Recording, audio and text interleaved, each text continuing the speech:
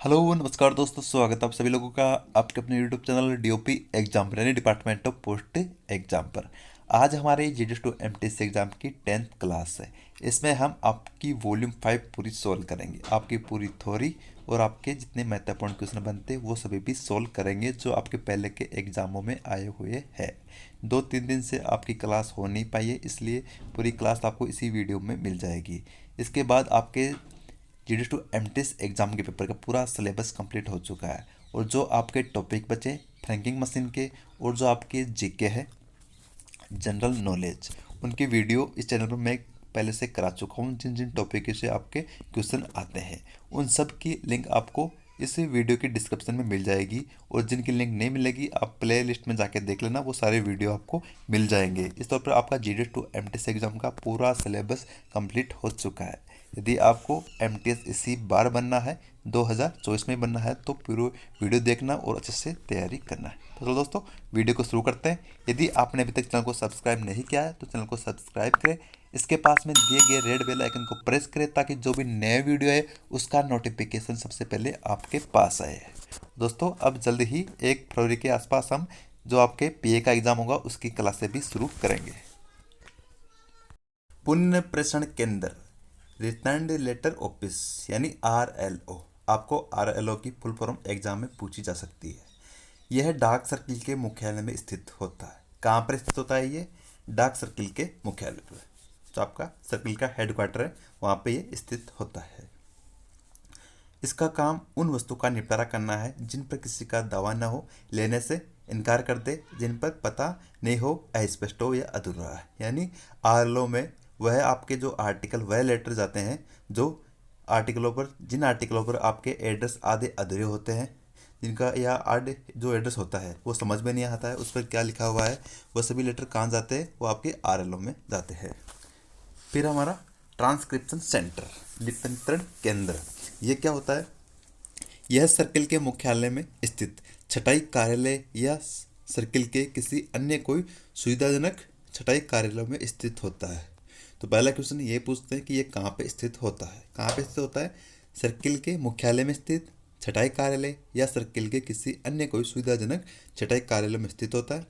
यह वस्तुओं पर लिखे क्षेत्रीय भाषाओं को अंग्रेजी में लिप्यंतरित करता है। यानी जो भी किसी भी लेटर पर लोकल लैंग्वेज लिखी होती है उसे ये इंग्लिश में ट्रांसफ़र करता है। एग्जाम में पूछा जा सकता है आपको कौन सा केंद्र है जो लोकल लैंग्वेज को इंग्लिश लैंग्वेज में ट्रांसफ़र करता है? आपके ट्रांसक्रिप्शन सेंटर। फिर है हमारा ऑफिस ऑफ एक्सचेंज यानी डाक विनिमय केंद्र। कोई भी post office, short office, sorting office या सेक्शन जो विदेशों से डाक विनिमय यानी exchange mail with in office in foreign country, जो फॉरेन कंट्री से आपके डाक का एक्सचेंज करता है, उन्हें ऑफिस ऑफ एक्सचेंज कहते हैं। जब यह मेल को रिसीव करता है तो रिसीव ऑफिस कहलाता है तथा डिस्पैच करता है तो डिस्पैचिंग ऑफिस कहलाता है। फिर हमारा ट्रांजिट सेक्शन यानी परिवहन डाक विनिमय केंद्र सीमा पर स्थित, ये कहाँ पर स्थित होता है? ये आपके बॉर्डर पर सीमा पर स्थित होता है। ऐसा डाक विनिमय केंद्र है जो अन्य डाक विनिमय केंद्रों से प्राप्त एवं भेजे गए बंद थैलों को प्राप्त एवं डिस्पैच करता है।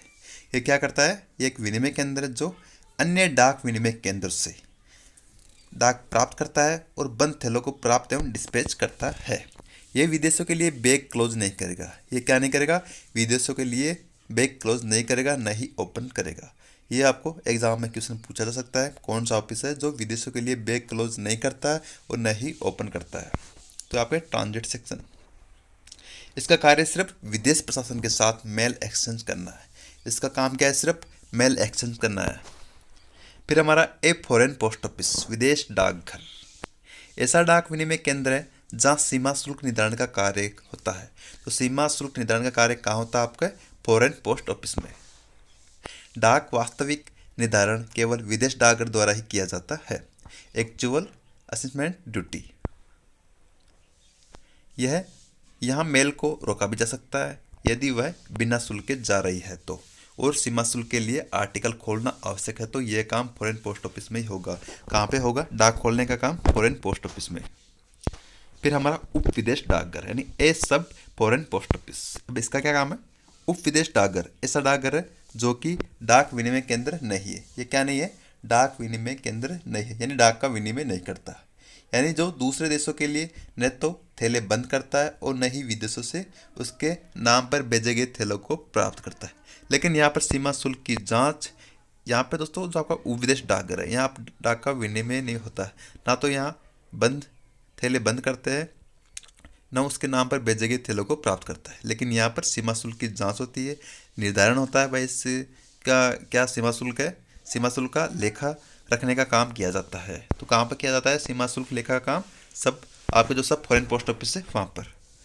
ऐसे उप विदेश डाकघर मुख्यतः प्रेषकों और पाने वाले व्यक्तियों की सुविधा के लिए खोले जाते हैं, जिन्हें अपनी विदेश डाक वस्तुओं को छुड़ाने या प्रेषण के लिए दस्तावेज वगैरह पेश करना पड़ सकता है। ये क्वेश्चन भी आपको एग्जाम में पूछा जा सकता है। डॉक्यूमेंट्स जो वस्तु है उनको छुड़ाने के लिए आपके दस्तावेज वगैरह कहाँ पेश करने पड़ते हैं? आपके सब फॉरेन पोस्ट ऑफिस में। फिर है हमारा पारवाहन अनुभाग यानी ट्रांजिट सेक्शन।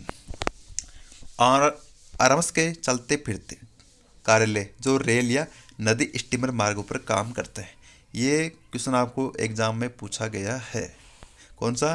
कि आरामस के चलते फिरते यानी ट्रैवलिंग कार्य जो रेल या नदी स्टीमर मार्गों पर काम करते हैं, कौन से ऑफिस कहलाते हैं? Transit section. ट्रांजिट सेक्शन के इंचार्ज अधिकारी को यह भी क्वेश्चन में पूछा गया आपको पेपर में, क्या कहते हैं? मेल गार्ड या मेल एजेंट। तो ट्रांजिट सेक्शन के दोनों इनके अधिकारी इंचार्ज हो सकते हैं, मेल गार्ड या मेल एजेंट। सेक्शन की गिनती सीरियल क्रम संख्या के अनुसार होती है। इनका नामकरण आरएमएस के मंडल के नाम पर उसके बाद उसकी क्रम संख्या का उल्लेख किया जाता है। जहाँ सेक्शन की गिनती है वो सीरियल होती है। डाक कार्यालय यानी मेल ऑफिस, ये आपका एग्जाम में आया हुआ है क्वेश्चन कि मेल ऑफिस कितने प्रकार के होते हैं। ये दो प्रकार के होते हैं, छटाई डाक कार्यालय और पारवाहन डाक कार्यालय। आपका सॉर्टिंग मेल ऑफिस और ट्रांजिट मेल ऑफिस। पहला एसएमओ यानी सॉर्टिंग मेल ऑफिस, यह उनके पतों पर भेजे गए डाक थैलों के अंदर की वस्तु और बंद अग्रेसित थैलों यानी क्लोज फॉरवर्ड बैग दोनों का निपटारा करते हैं। जो आपका सॉर्टिंग मेल ऑफिस है दोनों का निपटारा करते हैं। किस किस का? एक तो पतों पर भेजे गए डाक थैलों के अंदर की वस्तु और बंद अग्रेसित थैलों यानी जो क्लोज फॉरवर्ड बैग होते हैं दोनों का। इसके प्रभारी अधिकारी को क्या कहते हैं? प्रधान छटाई सहायक यानी हेड सॉर्टिंग असिस्टेंट। क्वेश्चन पूछा जा सकता है आपका। ऐसे तो जैसे सॉर्टिंग से नाम से स्टार्ट रहेगा तो ये हेड सॉर्टिंग असिस्टेंट हो जाएगा। सॉर्टिंग मेल ऑफिस है तो हेड सॉर्टिंग असिस्टेंट। एक हमारा जो भी टीएमओ है ट्रांजिट मेल ऑफिस, पारवाहन डाक कार्यालय का संबंध केवल बंद थैलों से है। तो कौन से ऑफिस का संबंध केवल बंद थैलों से है? टीएमओ का। इसके प्रभारी अधिकारी क्या कहते हैं? Mail agent. फिर है हमारे कॉरपोरेट डाक कार्यालय या थोक डाक कार्यालय, कॉरपोरेट मेल ऑफिस और बुल्क मेल सेंटर, जहाँ पे डाक आपके बुल्क में आती है, खूब सारी एक साथ आती है। फुल फॉर्म याद रखना आपको, जो सीएमओ बीएमओ इनकी फुल फॉर्म क्या होती है? बुल्क मेल, जो आपके बुल्क मेल ऑफिस है और कॉरपोरेट मेल ऑफिस। डाक की वृद्धि के कारण बड़े शहरों में सीएमओ और बीएमओ की स्थापना की गई है, जहाँ डाक की वृद्धि होती है, जैसे दिल्ली जैसे शहरों में भी होती है। कोई फर्म जो 5000 साधारण डाक या 250 पंजीकृत वस्तु प्रेषक के लिए प्रस्तुत करे उसे थोक ग्राहक यानी बुल्क मेलर कहा जाता है। तो बुल्क मेलर कहाँ किसे कहेंगे? जहाँ पर या जो फर्म 5000 साधारण डाक जो आपके ऑर्डिनरी मेल होती है या 250 आपके रजिस्ट्री होती है, उनको क्या कहेंगे? Bulk Mailer. बुल्क मेलर को एक संस्कृत छटाई सूची यानी कस्टमाइज सॉर्टिंग लिस्ट दी जाती है। ये भी आपको क्वेश्चन में पूछा जा सकता है, बुल्क मेलर को कौन सी लिस्ट दी जाती है? Customise sorting list. इसी छटाई सूची के अनुसार बुल्क मेलर कई बंडलों में तैयार करेगा। तैयार किए गए बंडलों का वितरण 2 प्रतियों में इनवॉइस तैयार की जाएगी और उसे बंडलों के साथ थोक डाक कार्यालय पर प्रभारी अधिकारी को सौंप दिया जाएगा।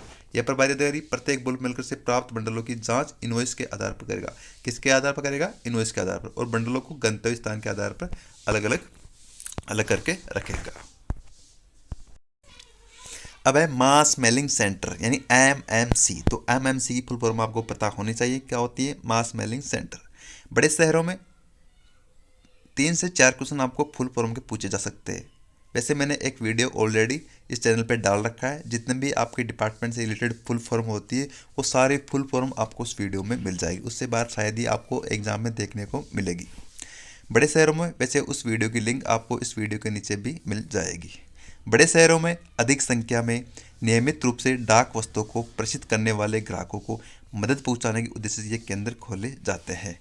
यानी जहाँ बड़े शहरों में अधिक संख्या में नियमित रूप से डाक वस्तुएं आती है, तो वहाँ पे ग्राहकों को मदद पहुंचाने के लिए किसी पे जो भी एनवलप है पीछे से चिपके हुए नहीं है या एड्रेस अधूरे लिखे होते हैं आदि, इन सभी को भरने के लिए ऐसे ऑफिस खोले गए हैं। यहाँ पर ग्राहकों के पत्र, परिपत्र तथा संबंधित खाली कवर अलग से लिए जाते हैं और कवरों पर पता लिखने, पत्रों परिपत्रों को कवर में डालने और आवश्यकता पड़े तो डाक चिपकाने, डाक को फ्रैंकिंग करवाने आदि कार्य के लिए भी मदद पहुंचाई जाती है। उसके मास मेलिंग सेंटर। अब दोस्तों इस मास मेलिंग जो सेंटर है इनमें कौन कौन काम करते हैं ये भी आपको एग्जाम में पूछा जा सकता है। एक तो कॉलेज छात्र है, गृहिणियों, पेंशनर। कौन कौन काम करता है? कॉलेज छात्र, गृहिणियों और पेंशनर। इनको जो सैलरी मिलती है वो किसके आधार पर मिलती है? वो घंटेवार। और जो भी एक्स्ट्रा एडिशनल एक्सपेंडिचर है, जो भी एडिशनल उनका खर्चा है वो कस्टमर को देना पड़ेगा। प्रेस छटाई कार्यालय, प्रेस सॉर्टिंग ऑफिस, PSO। यह छटाई कार्यालय उसी प्रांगण में स्थित होता है जहाँ से कोई समाचार पत्र प्रकाशित होता है। तो ये कहाँ पे स्थित होता है? उसी छटाई कार्यालय, उसी प्रांगण में जहाँ कोई समाचार पत्र प्रकाशित होता है। और इसकी स्थापना में आदि में जो भी खर्च आता है वो कौन उठाएगा? समाचार पत्र।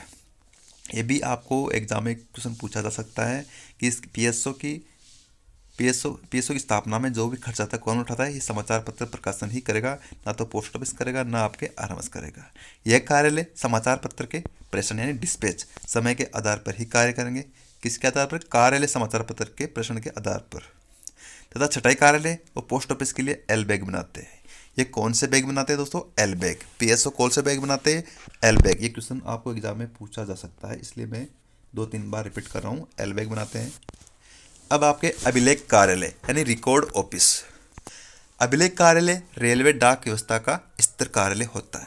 वैसे तो मैं आपको इनसे रिलेटेड जितने क्वेश्चन बनते हैं वो भी वीडियो के जो आपकी थ्योरी के बाद पूरे क्वेश्चन आपको 150 से ऊपर क्वेश्चन आपको देखने को मिलेंगे वॉल्यूम 5 के।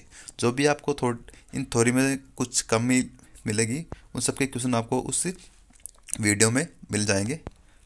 जितने क्वेश्चन बनते हैं आपको मैंने सारे बना दिए ताकि आपके एग्जाम में इससे बाहर नहीं आए, क्योंकि वैसे तो आपके 5 क्वेश्चन आएंगे वीडियो इसमें वॉल्यूम 5 में। क्वेश्चन 150 है उनसे बाहर नहीं आएंगे आपके। उनका अभिलेख रखा जाता है तथा इन अनुभागों के प्रयोग के लिए आवश्यक फर्म, थैले, लेखन सामग्री प्रदान करता है। अभिलेख कार्यालय के प्रभारी अधिकारी को क्या कहते हैं? अभिलेख अधिकारी, रिकॉर्ड ऑफिसर कहा जा सकता है। ये एग्जाम में पूछा जा सकता है। फिर हमारे हेड रिकॉर्ड ऑफिस यानी प्रधान अभिलेख कार्यालय। यह एक स्थिर कार्यालय जो RMS डिवीजन के हेडक्वार्टर पर स्थित होता है। क्वेश्चन आपको एग्जाम में पूछा जा सकता है। जो आपका HRO है, हेड रिकॉर्ड ऑफिस, कहाँ स्थित होता है? ये RMS डिवीजन के हेडक्वार्टर पर, जहाँ अभिलेख कार्यालय के सामान्य कार्यों के अलावा अतिरिक्त सारे मंडल के वेतन, बिल, फुटकर बिलों और उनसे संबंधित लेखों को तैयार किया जाता है। इसके प्रभारी अधिकारी को हेड रिकॉर्ड ऑफिस कहते हैं। हेड रिकॉर्ड ऑफिस को क्या कहते हैं? Head record officer, HRO। अब अभिलेख कार्यालय सब रिकॉर्ड ऑफिस। उप अभिलेख कार्यालय RMS का वह स्थिर कार्यालय है जो उसी स्थान पर होता है जहाँ पर डाक कार्यालय यानी मेल ऑफिस स्थिर होता है, और जहाँ डाक कार्यालय व उप अभिलेख कार्यालय के साथ संबंध अनुभागों के कार्यपत्र तैयार किए जाते हैं, उनकी जांच की जाती है और रिकॉर्ड रखा जाता है, और जो डाक कार्यालय और अनुभागों के प्रयोग के लिए आवश्यक फार्म, थैले और लेखन सामग्री देता है। तो आपके फार्म, थैले, लेखन सामग्री कौन देता है? आपके जो आपके ये उप अभिलेख कार्यालय सब रिकॉर्ड ऑफिस है। उप अभिलेख कार्यालय के इंचार्ज अधिकारी क्या कहेंगे? SRO। जो आपके उप अभिलेख अधिकारी, वैसे नाम से पता चल रहा है। उप अभिलेख अधिकारी प्रधान छटाई सहायक, सह सहायक या मेल एजेंट के रूप में भी कार्य कर सकता है। ये क्वेश्चन भी आपको एग्जाम में पूछा जा सकता है। जो आपके SRO है वो किसके रूप में कार्य कर सकता है, या फिर कौन प्रधान छटाई सहायक, सह सहायक या मेल एजेंट के रूप में भी कार्य कर सकता है? तो उप अभिलेख अधिकारी SRO। फिर है थैला कार्यालय, बैग ऑफिस। अब बैग ऑफिस का प्रयोग क्यों किया जाता है ये आपको एग्जाम में पूछा जा सकता है।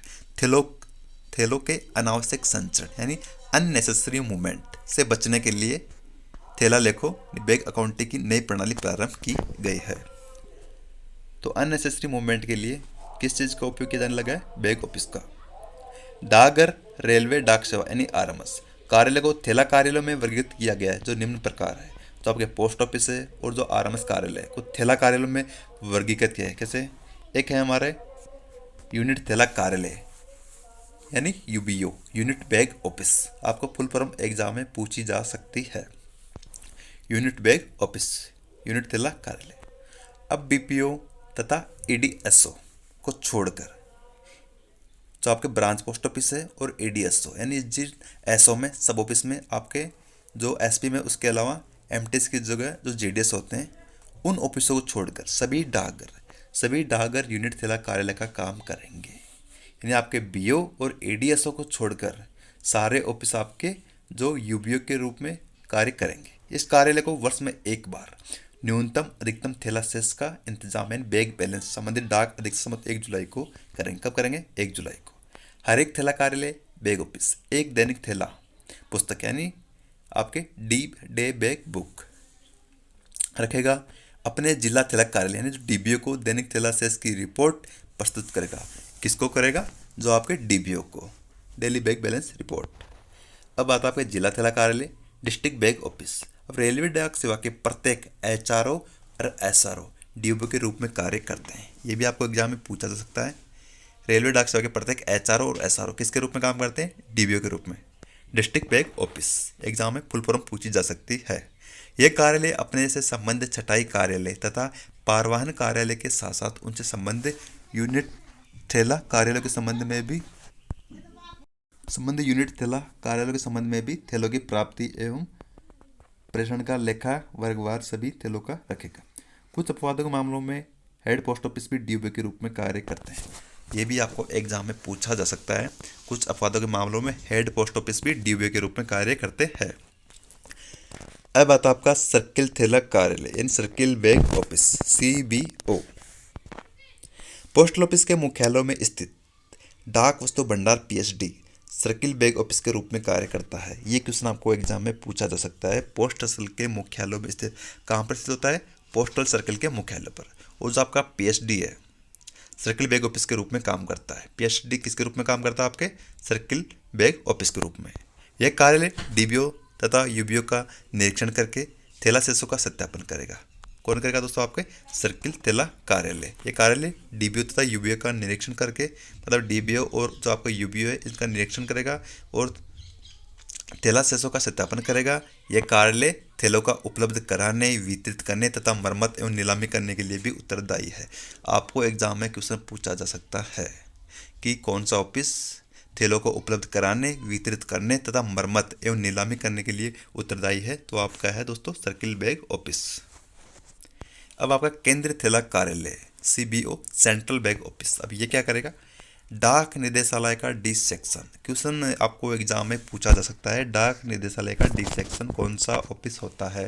ये होता है आपके सेंट्रल बैग ऑफिस। डाक निदेशालय का डी सेक्शन केंद्रीय थैला कार्यालय का काम करेगा। यह कार्यालय थैलों से सीधा व्यवहार नहीं करता। तो ये थैलों से सीधा व्यवहार नहीं करता, लेकिन थैलों को उपलब्ध कराने और वितरित करने वाले पत्राचार से सीधा संबंध रखता है। अब आपका छटाई सहायक यानी सॉर्टिंग असिस्टेंट जो आपके ऐसे होते हैं।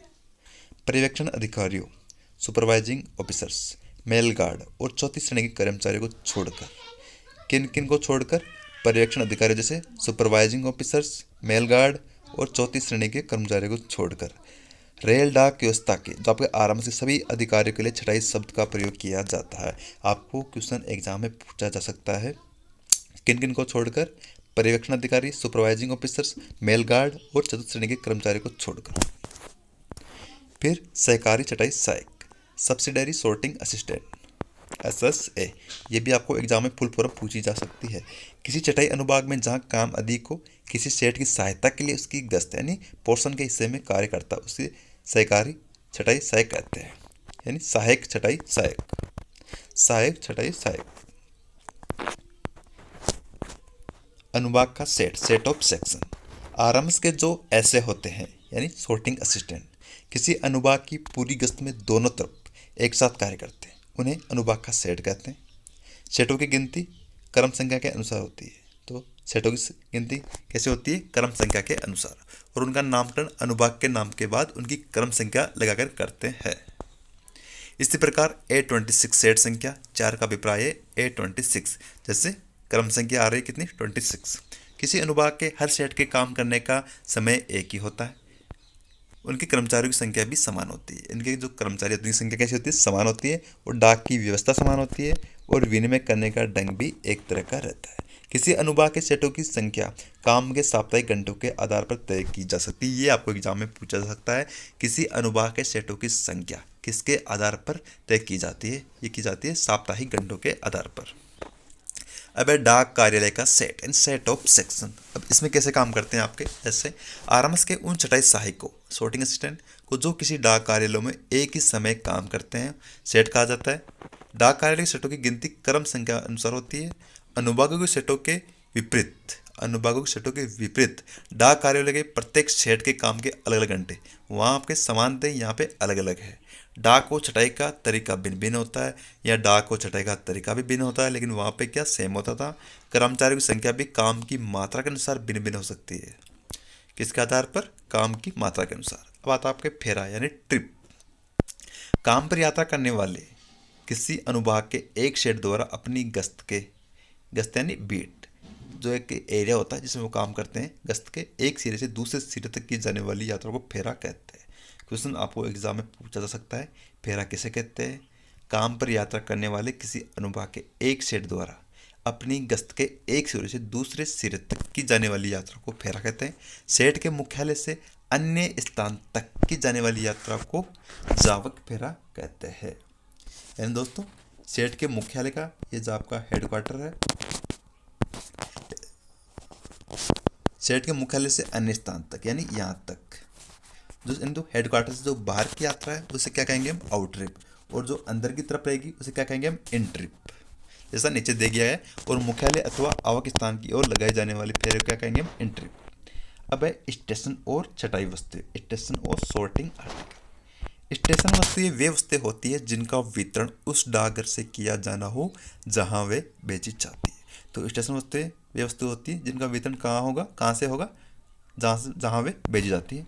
इसके अतिरिक्त अनपेड और इनसफिशेंटली पेड आर्टिकल, अनपेड जो बिना डाक टिकट लगाई हुई है को जो डाकघरों या शाखा डाकघरों से वितरित की जानी हो, जब एचओ या एसओ में भेजा जाता है तब उन्हें प्रधान डाकघर या उप डाकघर की जैसी स्थिति में हो स्टेशन वस्तु के रूप में लिया जाता है। छटाई वस्तुएं वे वस्तुएं होती है जिनकी छटाई उस डाकघर अथवा डाकघर कार्यालय द्वारा की जानी होती है जहां वे भेजी जाती है, और जहां से उन्हें उनके अंतिम गंतव्य स्थानों के कार्यालयों में अथवा अन्य छटाई कार्यालयों में भेज दिया जाता है। अब आपके लेबल लगे बंडल। लेटर मेल की अनरजिस्टर्ड वस्तु के उस समय को पते वाला बाग ऊपर रखा हो और जिसे जांच पर्ची लगाकर अच्छी तरह बांधा गया हो, यानी ऊपर क्या होती है, जो चेक स्लिप होती है, लेबल लगा बंडल कहते हैं। यानी इसमें लेबल लगे बंडल कौन सी होगी, अनरजिस्टर्ड वस्तु है, इनका एक समूह होगा। तो पता वाला भाग कहाँ, ऊपर होगा, और उस पर क्या होगी, एक चेक स्लिप होगी। छटाई में से सिंगल आर्टिकल समझ जाएगा। जब इसकी छटाई होगी इसे क्या समझा जाएगा, सिंगल आर्टिकल ट्रीट किया जाएगा, और इसे उस कार्यालय अथवा अनुभाग द्वारा खोला जाता है जिसका पता इस पर लिखा होता है। कौन खोलेगा इसको, जिस चेक स्लिप पर उसका नाम लिखा होता है कार्यालय का।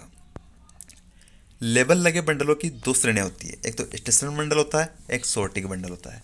स्टेशन बंडल में अनरजिस्टर्ड आर्टिकल होते हैं, ये भी याद रखना। स्टेशन बंडल में कौन से आर्टिकल हो गए, अनरजिस्टर्ड आर्टिकल, तथा जिसमें पेड आर्टिकल बंडल भी हो सकता है और अनपेड आर्टिकल बंडल भी हो सकता है, लेकिन दोनों अलग अलग होंगे।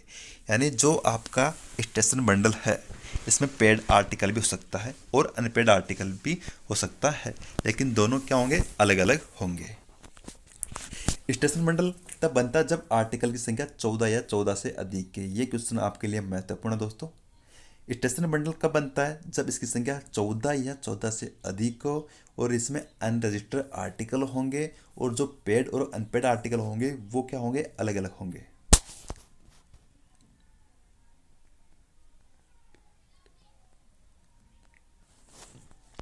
अब हमारा सॉर्टिंग बंडल में, अब सॉर्टिंग बंडल में अनरजिस्टर्ड, पेड और अनपेड दोनों प्रकार की वे वस्तुएं होती है। यानी इसमें भी अनरजिस्टर्ड आर्टिकल होंगे और पेड और अनपेड दोनों होंगे, लेकिन इसमें क्या होंगे, दोनों मिक्स में होंगे, जो स्टेशन बंडलों में शामिल नहीं की जाती। सॉर्टिंग बंडल दो प्रकार के होते हैं, एक तो होता है आपका एक्सप्रेस बंडल जो तुरंत बंडल है, एक होता है आपका डिफेड बंडल यानी आस्थगित बंडल।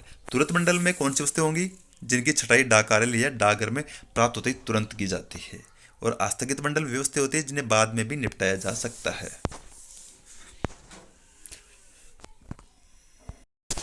जब किसी राज्य देश के किसी सुनिर्धारित भाग या किसी अन्य देश के लिए छँटाई बंडल तैयार किया जाता है तो उसे हम क्या कहेंगे, क्षेत्रीय बंडल कहा जाता है। क्षेत्रीय बंडल तब तैयार किया जाता है जब वस्तुओं की संख्या 25 अथवा उससे अधिक हो। क्वेश्चन आपको एग्जाम में पूछा जा सकता है, जो आपका क्षेत्रीय बंडल है तब तैयार किया जाता है जब वस्तु की संख्या 25 या अथवा उससे अधिक हो। अब आपके level bundle are not due, जो आपका लेवल बंडल होता है वो ड्यू बैग नहीं है। अब ड्यू बैग क्या होता है दोस्तों, जो ऐसे बैग होते हैं जिन्हें भेजना जरूरी होता है, जैसे आपका रजिस्ट्री बैग होता है, यदि उसमें रजिस्ट्री आर्टिकल नहीं है तो भी वह भेजा जाता है। पूर्व छटाईकृत बंडल यानी प्री सॉर्टेड बंडल, यह डाकघरों या ग्राहकों दोनों से प्राप्त होते हैं, इन्हें खोला नहीं जाना चाहिए यदि स्टेशनरी बंडल हो तो, और यदि सॉर्टिंग बंडल हो तो खोलकर छटनी करनी चाहिए। अब आता है आपके जांच पर्ची यानी चेक स्लिप। ये क्या होती है, प्रत्येक लेबल लगे बंडल के ऊपर बांधे जाने वाले लेबल को जांच पर्ची कहते हैं, यानी जो बंडल के ऊपर जो स्लिप रहती है उसे क्या कहते हैं, जांच पर्ची। इस विभिन्न रंगों के कागज पर छापा जाता है, और दोस्तों इसके कलर भी अलग अलग होते हैं। सामान्य पेड और अनपेड बंडलों के लिए गुलाबी रंग के लेबल। अब जो पेड और अनपेड जो सामान्य डाक होती है उसके लिए कौन सा रंग होता है, गुलाबी रंग का लेबल होता है। सामान्य ऑर्डिनरी सॉर्टिंग बंडल के लिए सफ़ेद रंग होता है। सामान्य तो सॉर्टिंग बंडल के लिए कौन सा होता है, आपके सफ़ेद रंग के लेबल होते हैं कि बैग भेज रहा है तो उसके एसपी। और विदेशी डाक हवाई डाक शुल्क के बंडलों के लिए हवाई डाक शब्दों वाले नीले रंग के लेबल प्रयुक्त किए जाते हैं। यह आपको एग्जाम में पूछा जा सकता है, जो हवाई डाक शुल्क के बंडल है उनके लिए किस कलर का लेबल होना चाहिए, यह आपके ब्लू रंग का, तो ब्लू कलर है। तुरंत एक्सप्रेस और स्थगित डिफेड दोनों प्रकार के बंडलों के लिए सफ़ेद पर्ची इस्तेमाल की जाती है। जब इसे एक्सप्रेस बंडल के लिए इस्तेमाल किया जाता है तब इसके ऊपर नीली पेंसिल से 2 तिरछी रेखाएं खींची जाती है। यदि एक्सप्रेस बंडल के लिए इस्तेमाल किया जाता है तो यह भी आपको एग्जाम में पूछा जा सकता है। स्थानीय वस्तु के लिए जो आपका पीले रंग तथा राजधानी वस्तु के लिए पीले रंग का तथा और मेट्रो बंडलों के लिए नीले रंग की पर्ची इस्तेमाल की जाती है। ये भी आपको एग्जाम में पूछा जा सकता है। प्रत्येक जांच पर्ची पर उस कार्यालय के नाम और तारीख मोहर होती है, यानी प्रत्येक जो जांच पर्ची होती है उस पर कार्यालय का नाम और तारीख मोहर होती है। जो बंडल को तैयार करता है उस कार्यालय का नाम होता है जहां इसे भेजा जाता है, और उस अधिकारी के पूरे हस्ताक्षर होते हैं जो इसे बनाता है। क्षेत्रीय बंडल के ऊपर लगाई जाने वाली पर्ची पर उस राज्य क्षेत्र आदि का नाम भी होता है जहां बंडल की वस्तुओं को भेजा जा रहा है, और उस कार्यालय अथवा अनुभाग का नाम भी होता है जिसके द्वारा बंडल जो खोना जाना हो। यानी दोनों जगहों के नाम होते हैं, एक तो जो इसको डिस्पैच करता है, एक जो रिसीव करता है। अब आता है हमारे मनी ऑर्डर चेक स्लिप। इसका दोस्तों जो क्लोज है 25A 25A में कौन आता है, मनी ऑर्डर चेक स्लिप। ये भी आपको एग्जाम में पूछा जा सकता है। ये टॉपिक इंपॉर्टेंट है, इससे 2 से 3 क्वेश्चन बनते हैं। पहला क्वेश्चन तो यही बनेगा, जो मनी ऑर्डर चेक स्लिप है उसका क्लोज नंबर कितना है, 25A। गंतव्य स्थानों को भेजने के लिए मनी ऑर्डर के बंडल तैयार करने के लिए सफ़ेद अथवा बादामी रंग का कागज, किस रंग का कागज होना चाहिए, सफ़ेद अथवा बादामी रंग का, और उस पर लाल स्याही से छपी हुई जांच पर्ची। किस कलर से छपी हुई, लाल स्याही से छपी हुई जांच पर्ची, और किस कलर का होना चाहिए, सफ़ेद तथा बादामी रंग का। और इसके नंबर कितने हैं दोस्तों, MO 70। तो आपका मनी ऑर्डर चेक स्लिप है उसका कितना नंबर है, MO 70। यह भी आपको एग्जाम में पूछा जा सकता है। इस जांच पर्ची पर बंडल को शामिल मनी ऑर्डरों की संख्या लिखी जानी चाहिए। कितने मनी ऑर्डर है। अब है डाक थैले यानी मेल बैग। मेल बैग में लेटर मेल को अनरजिस्टर्ड और रजिस्टर्ड वस्तुएं अथवा लेटर, पोस्ट कार्ड एंड जो आपके बुक्स एंड बुक पैकेट और अनरजिस्टर्ड पार्सल होते हैं। तो मेल बैग में कौन कौन से आर्टिकल होते हैं ये भी आपको एग्जाम में पूछा जा सकता है। रजिस्ट्री वस्तुएं रजिस्ट्री थैले में भेज जाती है और बंद होती है, लेकिन जहां रजिस्ट्री पैकेट थैला निर्धारित किया गया हो वहां बाहरी रजिस्ट्री पैकेटों की रजिस्ट्री पैकेट थैलों में भेजा जा सकता है, यानी जो बाहरी रजिस्ट्रियाँ होती हैं उनको। वो डाक थैले में नहीं जाएगी। जब पार्सल थैला निर्धारित न किया गया हो तो डाक थैले में पार्सल की वस्तुएं भी भेजी जा सकती हैं।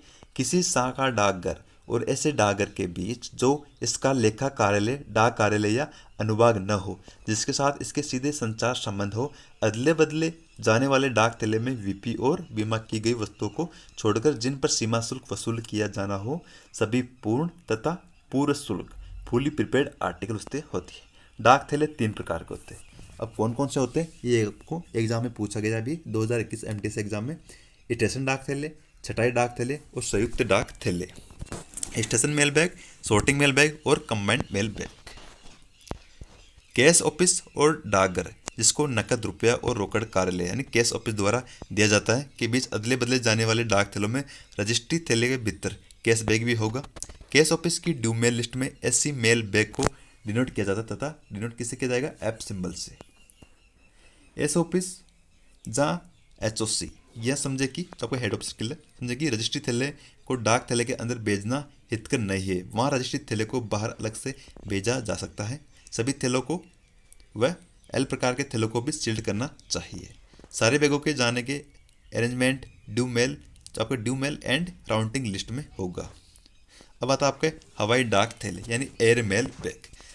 जिस डाक थैले में समस्त हवाई डाक योजना ऑल अप स्कीम के अधीन हवाई डाक द्वारा ले जाई जाने वाली अनरजिस्टर्ड और रजिस्टर्ड वस्तुएं हो, उसे हवाई डाक थैला कहते हैं। तो कौन सी स्कीम है आपके? All up scheme. इन थैलों में ऐसी चीज़ें नहीं होनी चाहिए जिन्हें हवाई जहाज द्वारा नहीं ले जाया जाना हो। हवाई डाक थैला बंद करने के लिए सामान्यतः ब्लू डस्टी बैग का उपयोग होना चाहिए। यह आपको एग्जाम में पूछा जा सकता है। हवाई डाक थैला बंद करने के लिए किस प्रकार के बैग का यूज होता है? ब्लू डस्टी बैग, जो आपके सूती कपड़े का आता है। यदि आर्टिकल मेल बैग में भेजने के लिए कोई वस्तु न हो तो खाली थैला बंद करना जरूरी नहीं है। यह आपका ड्यू बैग नहीं है, लेकिन डिलीवरी बिल में उचित रूप से इस बात का उल्लेख कर देना चाहिए कि कोई थैला बंद नहीं किया गया है। ये आपको एग्जाम में पूछा जा सकता है। यदि एयर मेल बैग में भेजने के लिए कोई वस्तु न हो तो खाली थैला बंद करना जरूरी नहीं है, लेकिन किस बिल में उचित रूप से यह इस बात को उल्लेखित करना चाहिए? डिलीवरी बिल में। यदि भेजी जाने वाली वस्तु की संख्या 50 से कम हो और हवाई डाक थैले में भेजने के लिए कोई बीमा वस्तु या हवाई पार्सल भी न हो तो थैले के स्थान पर उपयुक्त आकार का हवाई डाक आवरण इस्तेमाल किया जाना चाहिए। यदि किसी एयर मेल बैग के अंदर एयर पार्सल डालकर भेजा जाता है तो थैले के लेबल के ऊपर CAP लिख देना चाहिए ताकि यह पता लग सके कि इसके अंदर हवाई पार्सल है। क्या लिखना पड़ेगा? CAP।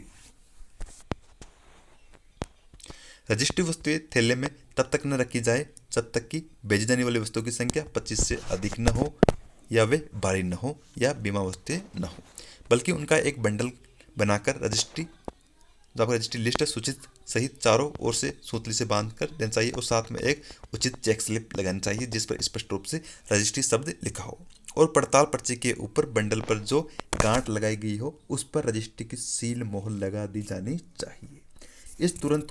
इस बंडल को लंबाई चौड़ाई दोनों तरफ से बांधना चाहिए ताकि कोई वस्तु बाहर न निकले और अनरजिस्टर्ड वस्तुओं में न मिल जाए। फिर इस बंडल को हवाई डाक आवरण या थैले में रख दिया जाना चाहिए। यदि आर्टिकल 25 से कम है या बुल्क में है तो रजिस्टर्ड लिस्ट में मार्क कर दिया जाना चाहिए। एयरमेल बैग या टीबी बैग का वजन 30 केजी से ज़्यादा नहीं होना चाहिए। क्वेश्चन महत्वपूर्ण है। जो आपका एयरमेल बैग या टीबी बैग है उसका वजन 30 किलोग्राम से ज़्यादा नहीं होना चाहिए। अब हमारे रजिस्टर्ड बंडल लेटर मेल की उन अनइंश्योर्ड रजिस्टर्ड आर्टिकल का समूह है जिसके पत्ते वाले भाग ऊपर की तरफ हो और जिन्हें रजिस्ट्री लिस्ट के साथ निर्धारित किस्म के लिफाफे में गोंद लगाकर या मोहर बंद किया गया हो। यदि आवश्यक हो तो डस्टी बैग जो आपका सूती बैग है उसमें रखा गया हो जिसे सामान्य रूप से बांधा और मोहर बंद किया गया हो, जिसके ऊपर लगे लेबल में यह स्पष्ट किया गया हो कि यह क्या है? रजिस्ट्री बंडल है, रजिस्ट्री थैला नहीं। रजिस्ट्री बंडल ड्यू बैग नहीं है। यह भी याद रखना कि रजिस्ट्री बंडल क्या है? ड्यू बैग नहीं है। इसे बनाना आवश्यक नहीं है। यदि आर्टिकल हो तो ही बनाना चाहिए। यदि 2 से ज़्यादा आर्टिकल है तो रजिस्टर्ड बंडल बन सकते हैं तथा बंडल सिंगल आर्टिकल ट्रीट होंगे। ये कब बनेंगे? जब आर्टिकल की संख्या 2 से ज़्यादा हो। अब है रजिस्टर्ड बैग। रजिस्ट्री थैले में case bag, ordinary, VP, registered letter and packet, insured envelope, registered bundle, insured bundle, check slip से बंधे हुए सामान्य और वीपी एमओ बंडल और एक रजिस्ट्री सूची होती है। तो रजिस्ट्री बैग में क्या क्या होता है ये मैंने आपको बता दिया, आपको याद रखना है। यदि मेल बैग में आर बैग जाता है तो जो उसमें ड्यू मेल लिस्ट, आपके जो डीएम लिस्ट होती है उसमें उसे पी सिंबल से चिन्हित करेंगे। किससे करेंगे? पी सिंबल से। तथा इस आर बैग में केस बैग भी हो सकता है। रजिस्टर्ड बैग ड्यू बैग है, ये आपको याद रखना है। वैसे आपको पता भी है रजिस्टर्ड बैग ड्यू बैग है। यदि रजिस्ट्री आर्टिकल नहीं है तो भी रजिस्ट्री बैग जाता है, खाली जाता है।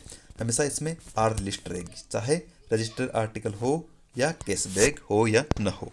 यदि रजिस्टर्ड बैग में केस जाना है तो रजिस्ट्री थैलों में भेजी जाने वाली रजिस्ट्री लिस्ट पर डेट स्टाम्प लगेगी तथा जो ऑफिस बैग बंद करा उसकी ट्रेजरी डेट स्टाम्प भी होगी।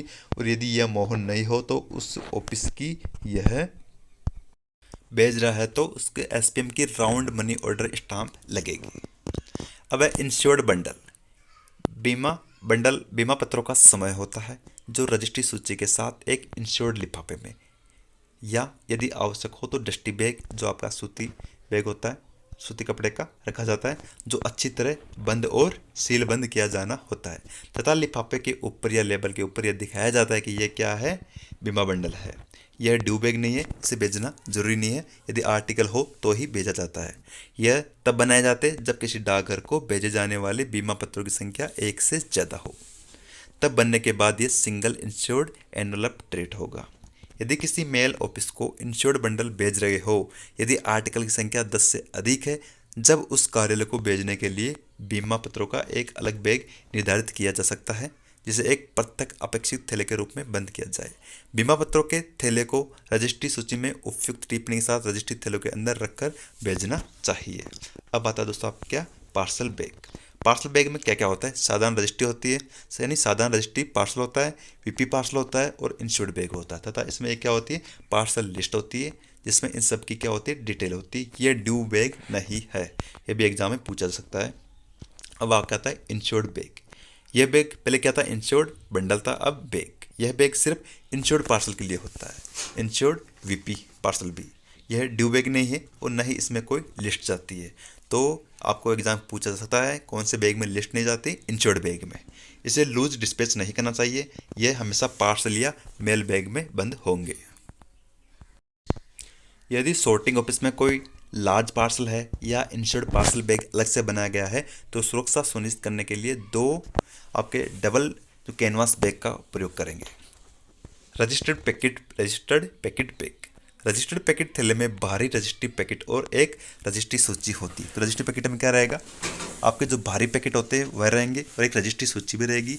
यह ड्यू मेल बैग रहेगा। ये क्या रहेगा, आपका ड्यू मेल बैग रहेगा तथा मेल बैग में उसे आरपी लिखकर चिन्हित करेंगे। ये आपको एग्जाम में पूछा जा सकता है, क्या, आरपी यानी रजिस्टर्ड पैकेट बैग। निर्धारित किए जाने पर जब कोई पैकेट हो या न हो इसके बावजूद भी यह बंद होगा। क्यों होगा, क्योंकि ये क्या है, आपके ड्यू मेल बैग है। आपके अब है packet bag. UBO DBO CBO को लौटाए गए खाली थैलों का एक बड़ा पैकेट बैग होता है। इसमें क्या होता है, खाली थैले होते हैं। यह ड्यू बैग नहीं है, यह अनयूजुअल बैग की तरह ट्रीट होंगे। अब आता आपका परिवहन थैला यानी ट्रांजिट बैग। ट्रांजिट बैग का उपयोग एक ही कार्यालय या अनुभाग को भेजे गए बहुत से थैलों को उसमें रखने के लिए किया जाता है। तो परिवहन थैले का उपयोग किसके लिए किया जाता है, आपके एक ही कार्यालय या अनुभाग को भेजे गए बहुत से थैलों को उसमें रखने के लिए किया जाता है। यह ड्यू बैग है, यह ड्यू बैग है या इसमें एक मेल लिस्ट होगी। अब अकाउंट बैग, ये दोस्तों आपका जो टीवी बैग है क्या है, ड्यू बैग है, याद रखना। अकाउंट बैग भी ड्यू बैग है, रजिस्ट्री बैग भी ड्यू बैग है और एक आपके जो रजिस्ट्री पैकेट बैग था वो भी ड्यू बैग है। अब अकाउंट बैग क्या होता है, इसका इस्तेमाल हम रोज़ करते हैं। जो आप रोज़ एचओ को भेजते हो और जो एचओ आपके एसओ में या बीओ में भेजता है, यह उपडागर तथा मुख्य डागर के बीच काम आता है। किसके बीच आता है, उपडागर तथा मुख्य डागर के बीच, एचओ और एसओ। इसमें क्या होता है, केस बैग हो सकता है, आर्टिकल, डॉक्यूमेंट आदि हो सकते हैं। जब एचओ से एचओ को भेजते जाते हैं तो इसमें क्या होती है, एसओ स्लिप होती है। अब एसओ स्लिप में डिटेल होती है आपके कि हम क्या क्या भेज रहे हैं। और जब एसओ से एसओ को भेजे जाते हैं तो इसमें एसओ डेली अकाउंट होगा जिसमें हम कैश बैग भी भेज सकते हैं। यहाँ जो भी आपके कोई फॉर्म हो वो भी एचओ से रिलेटेड वो भी भेज सकते हैं। यह ड्यू बैग है, इसे भेजना जरूरी है। Branch office bag, BO bag. BO और अकाउंट के बीच जो बैग चलेगा, बीओ का अकाउंट बैग ऑफिस, एसओ और एचओ दोनों हो सकते हैं। जो आपका बीओ का जो अकाउंट ऑफिस है वो आपका एसओ भी हो सकता है और एचओ भी हो सकता है। यह ड्यू बैग होता है। अब आता है आपका कैश बैग। यह कैश एंड रेमिटेंस के लिए प्रयोग होता है, यानी जो आपके छोटे एसओ ये होते हैं इनको एक चमड़े का बैग भी दिया जाता है जिसे कैश बैग कहते हैं। उसमें आपका कैश भी हो सकता है और रेमिटेंस यानी जो डाक टिकट होती है वो भी हो सकती है। कैश बैग को अकाउंट बैग में रखा जाता है तथा इसे रजिस्ट्री थैलों या साका डागर थैलों के अंदर भी भेजा जाता है तथा इसे रजिस्ट्री थैलों या साका डागर थैलों के अंदर भेजा जाता है। लेकिन इन्हें किसी डाकिए, ग्राम डाकिए, ओवरसीयर या किसी अन्य अधीनस्थ कर्मचारी के हाथ भी भेजा जा सकता है। ये भी आपको एग्जाम में पूछा जा सकता है, कैश बैग किन के हाथों भेजे जा सकते हैं। अब आता हमारा स्पेशल बैग। अब स्पेशल बैग वही जो आपका कैंप बैग वाला होता है। इसका उपयोग विशेषाधिकार प्राप्त उच्च अधिकारियों एवं डीजी जब दौरे पर हो तो पत्रों को रखकर भेजने के लिए किया जाता है। तो स्पेशल बैग का उपयोग कब किया जाता है? जब विशेष अधिकार, जिनको विशेष अधिकार प्राप्त है वह सरकारी अधिकारी जो मंत्री होते हैं, जो डीजी होते हैं, यदि वो किसी दौरे पर हो, यात्रा पे हो तो पत्र रखकर भेजने के लिए उपयोग में लिया जाता है। इसमें रजिस्टर्ड और अनरजिस्टर्ड मेल के आर्टिकल हो सकते हैं। यह ड्यू बैग नहीं है, आर्टिकल होंगे तो ही जाएंगे। अब कैंप बैग क्या होता है? इसका उपयोग कार्यालय की फाइलों, कार्यालय के अन्य कागजात को रखकर भेजने के लिए किया जाता है। यह पीओगढ़ पाठ प्रश्न के धारा 198 में क्या दिया गया है? जो आपके उच्च अधिकारी उनकी लिस्ट दी गई है उनको भी भेजे जाते हैं। यह ड्यू बैग नहीं है, इन पर पोस्ट टाउन का नाम नहीं दिया जाता, यह भी महत्वपूर्ण है। अब हमारे चेंजिंग स्टेशन, जहाँ पर दो ट्रांजिट सेक्शन की बीट मिलती है। क्या मिलती है? दो ट्रांजिट सेक्शन की बीट, और एक दूसरे की मेल को क्या करते हैं? हैंड ओवर करते हैं। वह क्या है? Changing station. अब है कनेक्शन सेक्शन यानी संयोजक अनुभाग। ये आरएमएस का ऐसा अनुभाग है जहाँ मेल का ट्रेन द्वारा तत्काल यानी इमीडिएशियल कनेक्शन है, जहाँ एक आरएमएस की मेल दूसरी ट्रेन द्वारा इमीडिएशियल यानी तत्काल भेजी जाती है। तत्काल भेजने के लिए कनेक्शन सेक्शन, संयोजक अनुभाग। अब है रेस्ट हाउस यानी विश्राम गृह। टर्मिनल या चेंजिंग स्टेशन पर, कहाँ पर? टर्मिनल या चेंजिंग स्टेशन पर रेस्ट हाउस या रूम होते हैं जो किन के लिए होते हैं? मेल एजेंट, मेल गार्ड और वैन पियोन। ये क्वेश्चन पूछा जा सकता है, पूछा गया भी है, किन किन के लिए होते हैं और कहाँ पर होते हैं। कैच टीबी यानी कटघरा परिवहन थैला, जिसमें खूब सारे बैग आते हैं। जब दूरस्थ स्थानों के लिए थैलों की संख्या ज़्यादा हो तो कैच टीबी बनाई जाती है। कैच टीबी को जिस अनुभाग द्वारा खोला जाता है उसी के द्वारा लॉक एंड सील भी किया जाता है। यह आपको एग्जाम में पूछा जा सकता है। इस व्यवस्था को मध्यस्थ अनुभागों द्वारा थैलों के अनावश्यक हस्तांतरण यानी किसके लिए? अवॉइड अननेसेसरी हैंडलिंग से बचा जा सकता है। तो अवॉइड अननेसेसरी हैंडलिंग से बचने के लिए किसका उपयोग किया जाता है? आपके केज टीबी का। और केज टीबी की किस में रहती है? आपके सील्ड कवर में होती है और इसे मेल एजेंट द्वारा खोला जा सकता है। किसके द्वारा? मेल एजेंट द्वारा। अब आपके प्रेस पैकेट। प्रेस पैकेट उस पैकेट को कहते हैं जिसमें किसी मान्यता प्राप्त समाचार पत्र एजेंट द्वारा बिक्री के लिए समाचार पत्र भेजे जा रहे हो और जिसका वितरण आरएमएस की वैन से ही हो उस स्टेशन पर किया जाना हो जिसका पता इस पैकेट पर लिखा हो। अब ओवर टाइम ड्यूटी, जैसे ओवर टाइम ड्यूटी नाम से ही पता चलता है, जो जैसे किसी ऑफिस का टाइम या किसी जो भी पीए ऐसे है आपके 8 घंटे की ड्यूटी है, 8 घंटे से ज़्यादा कर रहा है तो वो क्या है? ओवर टाइम ड्यूटी है। जब काम की निर्धारित अवधि के समाप्त होने के बाद अधीक्षक जो आपके सुपरिटेंडेंट होता है, सहायक अधीक्षक असिस्टेंट सुपरिटेंडेंट होता है, निरीक्षक या रिकॉर्ड अधिकारी के आदेशों पर, किन किन के आदेशों पर ये एग्जाम में पूछा जा सकता है? तो आपके ऐसे मेलगार्ड और वैन पियोन, पोर्टर या आराम से किसी अन्य कर्मचारी जो निर्धारित समय के बाद कार्य करते हैं। अब आता आपका कै आदेश यानी ए ऑर्डर। ए ऑर्डर क्या होता है और बी ऑर्डर क्या आता है? ए ऑर्डर ये आरएमएस के अधीक्षक द्वारा जारी किया जाता है। क्वेश्चन आपको एग्जाम में पूछा जा सकता है। ए ऑर्डर किसके द्वारा जारी किया जाता है? जो आरएमएस के सुपरिटेंडेंट है, और यह सॉर्टिंग लिस्ट में चेंजेस करने के लिए होता है। क्योंकि कै आदेश और खे आदेश, ए ऑर्डर बी ऑर्डर दोनों आरएमएस के अधीक्षक द्वारा ही जारी किए जाते हैं, लेकिन किसके लिए किया जाता है ये थोड़ा डिफरेंट है। ए ऑर्डर आपका सॉर्टिंग लिस्ट में चेंजेस करने के लिए, और जो आपका बी ऑर्डर है वैसे तो ये आरएमएस के अधीक्षक द्वारा जारी किया जाता है, और यह अधीक्षक द्वारा सॉर्टिंग लिस्ट में चेंजिंग को छोड़कर यानी इसके अलावा अन्य विषयों तथा अपने अधीनस्थ जो उसके कर्मचारी उनको मार्गदर्शन जारी करने के लिए किए जाते हैं। फिर हमारा ड्यू मेल लिस्ट और सॉर्टिंग लिस्ट। डीएम लिस्ट में मेल ऑफिस और ट्रांजिट सेक्शन द्वारा रिसीव्ड और डिस्पैच किए गए बैग की डिटेल शो होती है। क्या होती है दोस्तों, आपका रिसीव्ड और डिस्पैच की गई बैग की डिटेल होती है। यह शो करती है कि लूज बैग के साथ मेल लिस्ट कौन से केस में डिस्पैच करनी है या रिसीव करनी है, या ट्रांजिट बैग का प्रयोग कब करना है, मेल बैग में अकाउंट बैग या बीओ बैग भेजना है या नहीं, और यह उपडाकघरों के मामले में नकदी थैलों वाले डाक थैलों की रजिस्ट्री थैलों के अंदर बंद किया जाता है। अब हमारे सॉर्टिंग लिस्ट है। रजिस्ट्री थैले किन कार्यालय के तैयार किए जाते हैं, पार्सल डाक वस्तुएं किन कार्यालय के लिए सीधी भेजी जा सकती है और इन्हें किस तरीके से प्रेषित किया जाना चाहिए, ये हम सॉर्टिंग लिस्ट में देखेंगे। अब हमारे due mail and unusual mail. Due mail जिन्हें भेजना जरूरी है, अनयूजुअल मेल जिन्हें भेजना जरूरी नहीं है, यदि हो तो ही भेजी जाती है। ड्यू मेल में वे सभी थैले वस्तुएं और दस्तावेज आते हैं जिन्हें रोज या निश्चित अवधि के पश्चात अवश्य भेजा जाता है। जैसे कौन कौन से आपके रजिस्टर्ड बैग है, टीवी बैग है, अकाउंट बैग है, बीओ बैग है। अनयूजुअल मेल बैग जो बैग रेगुलर न होकर कभी कभी डिस्पैच किए जाते हैं, जैसे parcel bag, packet bag, special bag, camp bag, telegraph bag आदि। अब फेस एंड फेसिंग, मुख और सम्मुखन। फेस क्या होता है, यानी आर्टिकलों को हम जैसे एड्रेस का मुंह सामने की तरफ होता है, यानी वस्तु के जिस तरफ पता लिखा होता है वह क्या है, उस वस्तु का मुख होता है, यानी पेश होता है। और सम्मुखन का क्या अर्थ है, जो आपका पेसिंग यानी आर्टिकल को इस तरह व्यवस्थित करना, एक व्यवस्थित करने का तरीका जिसमें एड्रेस सामने की तरफ हो, वो क्या है, पेसिंग कहलाता है। अब है बीट। बीट जैसे पोस्टमैन की भी होती है, लेकिन आरएमएस में यानी सेक्शन में। जब बीट का प्रयोग आरएमएस के किसी अनुभाग के संबंध में किया जाता है तो उसका अर्थ होता है रेल अथवा स्टीमर मार्ग पर वह भाग जिस पर वह अनुभाग काम करता है। लेकिन यदि पोस्ट ऑफिस में बीट का उपयोग किस तरह होगा, जब ये शब्द ओवरसियर, डाक ओवरसियर, वितरण एजेंटों जैसे डाकियों, ग्राम डाकियों आदि के बारे में इस्तेमाल किया जाता है तो यह उस क्षेत्र को दर्शाता है जिसके भीतर उन्हें अपने संबंधित कर्तव्यों को निभाने की आवश्यकता हो। तो बीट का उपयोग पोस्ट ऑफिस और आरएमएस के लिए अलग अलग हो गया। ये भी आपके एग्जाम में आया हुआ है, बीट का उपयोग किसके लिए कहा जाता है। तो इसमें ए ऑप्शन में जैसे आपको आरएमएस के बारे में दे दिया, बी ऑप्शन में आपको पोस्ट ऑफिस के बारे में दे दिया, सी दोनों या डी दोनों नहीं, तो एग्जाम में ऑप्शन आ सकता है आपके, तो इसमें दोनों हो जाएंगे। अब आता है आपके लेटर, लेट लेटर और टू लेट लेटर, यानी विलंबित पत्र या अति विलंबित पत्र क्या होता है। अब लेट लेटर डाक बंद करने के निर्धारित समय के बाद विलंब शुल्क सहित पोस्ट ऑफिस विंडो या लेटर बॉक्स पर दिए जाते हैं। यदि कोई पोस्ट ऑफिस का टाइम है जो भी लेटर का है, जैसे 9 से 12 है, यदि 12 के बजे बाद आ रहा है तो फिर भी उसको जितनी भी लेट फी लग के वो अपना जो लेटर है वो या तो अपने लेटर बॉक्स में या जो विंडो पे दे देता है, तो वो क्या होती है आपके लेट लेटर।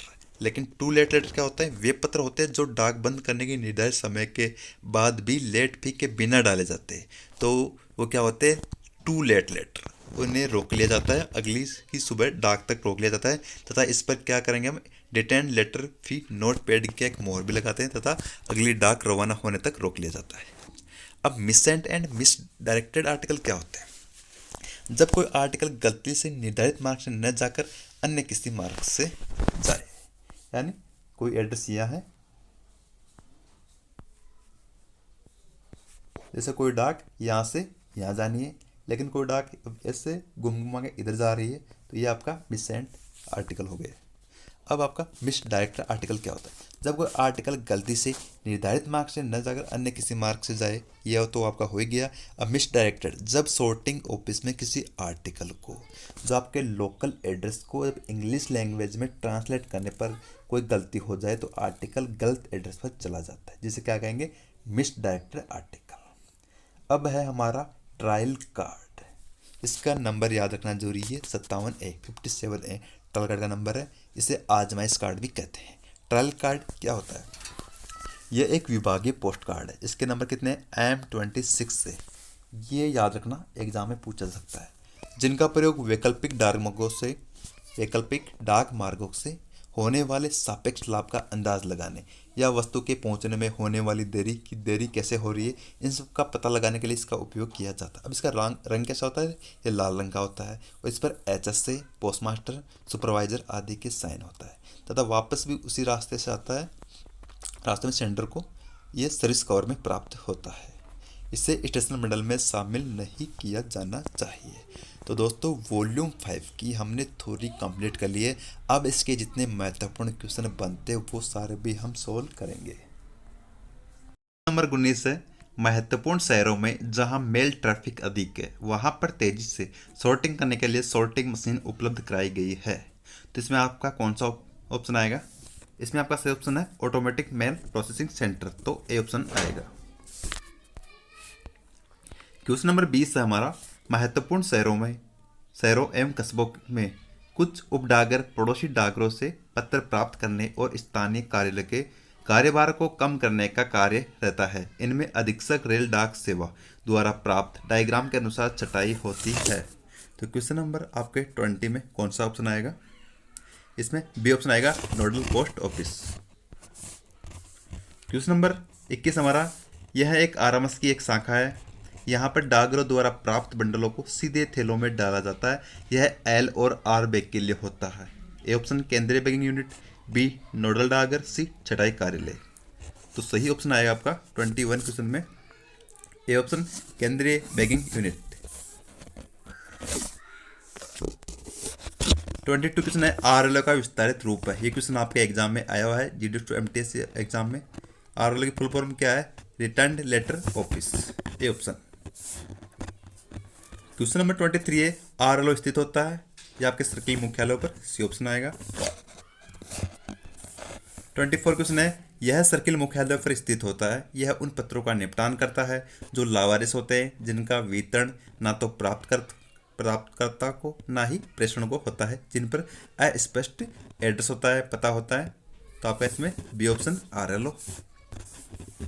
क्वेश्चन नंबर 25 है यह परिमंडल कार्यालय पर स्थित होता है। इसमें क्षेत्रीय भाषाओं में प्राप्त पत्रों के पतों का अंग्रेजी में रूपांतरण किया जाता है। तो इसमें आपका कौन सा ऑप्शन आएगा? यानी जो लोकल लैंग्वेज, जो भी कोई भी लेटर होता है और जो भी उसमें लोकल लैंग्वेज होती है उससे इंग्लिश लैंग्वेज में ट्रांसलेशन करता है, उसे क्या कहते हैं हम? Transcription centre, A option. कहाँ पर स्थित होता है ये? परिमंडल कार्यालय। क्वेश्चन नंबर 26 है कोई भी पोस्ट ऑफिस या सॉर्टिंग ऑफिस या अनुभाग जो विदेशों से डाक का विनिमय करते हैं यानी डाक विनिमय केंद्र, ए ऑप्शन। क्वेश्चन नंबर 27 है सीमा पर स्थित ऐसा डाकघर जो अन्य डाक विनिमय केंद्रों से प्राप्त एवं भेजे गए बंद थैलों को प्राप्त एवं डिस्पैच करता है। यह विदेशों के लिए बैग बंद नहीं करेगा, नहीं खोलेगा। इसका कार्य सिर्फ फॉरेन एडमिनिस्ट्रेशन के साथ मेल एक्सचेंज करना होता है। इसमें आपका सही ऑप्शन आएगा 27 में बी ऑप्शन पारिवारिक डाक विनिमय केंद्र।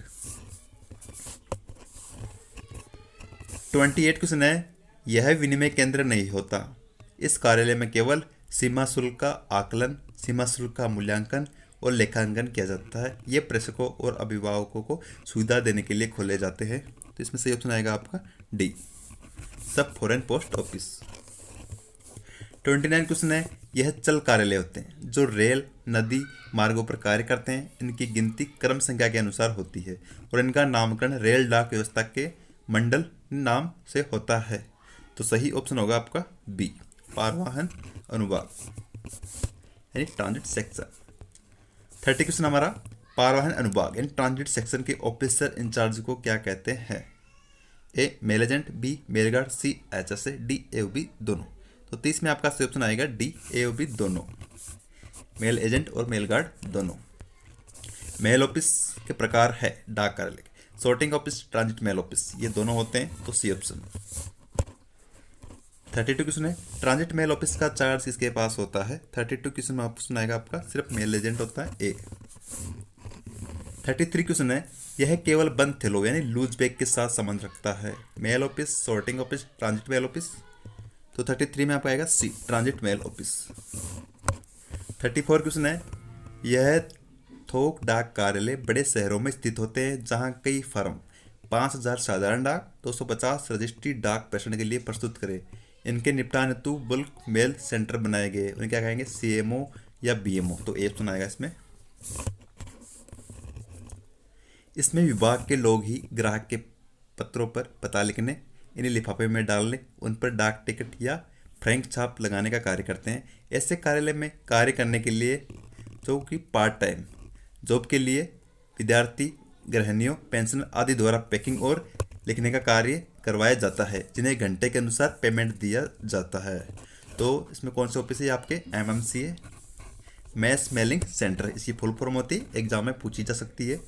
यह छटाई कार्यालय उसी प्रांगण में स्थित होता है जहां से कोई समाचार पत्र प्रकाशित होता है। ये आपके होते हैं PSO, press sorting office. Press sorting office जिसकी स्थापना में स्टेशनरी आदि में जो भी खर्च आता है वो वहन कौन करेगा? पीएसओ, समाचार पत्र प्रकाशन। सी डिपार्टमेंट, डी या सभी मिलकर। तो इसमें ऑप्शन आएगा आपका समाचार पत्र प्रकाशन। पीएसओ मत कर देना इसमें। पीएसओ में छटाई कार्यालय के लिए सीधे बैग बनते हैं। अब पीएसओ में कौन से बैग बनते हैं? रजिस्ट्री बैग, स्पीड बैग, सी आपका पार्सल, डी है एल बैग। ये क्वेश्चन महत्वपूर्ण है, इसमें एल बैग। इसे याद रखना दोस्तों, लिख लेना, ये आपके एग्जाम में आ सकता है। वैसे तो मैंने आपको जो आपके वॉल्यूम 5 पे जितने महत्वपूर्ण क्वेश्चन बनते हैं वो सारे इस वीडियो में करा दिए। शायद ही इससे बाहर कोई क्वेश्चन आएगा आपके। एमएमसी का विस्तारित रूप जैसा मैंने अभी आपको बताया था, मास मेलिंग सेंटर, ए ऑप्शन। क्वेश्चन नंबर हमारा 40 है। इस कार्यालय में रिकॉर्ड ऑफिस के सामान्य कार्य के साथ पूरे डिवीजन के लिए वेतन एवं बिल बनाने का कार्य करता है। आकस्मिक बिलों का लेखा जोखा रखता है। इसके अधिकारी को हेड रिकॉर्ड ऑफिसर कहते हैं। तो क्वेश्चन नंबर 40 है, इसका हमारा सही आंसर है, इसमें हमारा ऑप्शन आएगा सी, हेड रिकॉर्ड ऑफिस।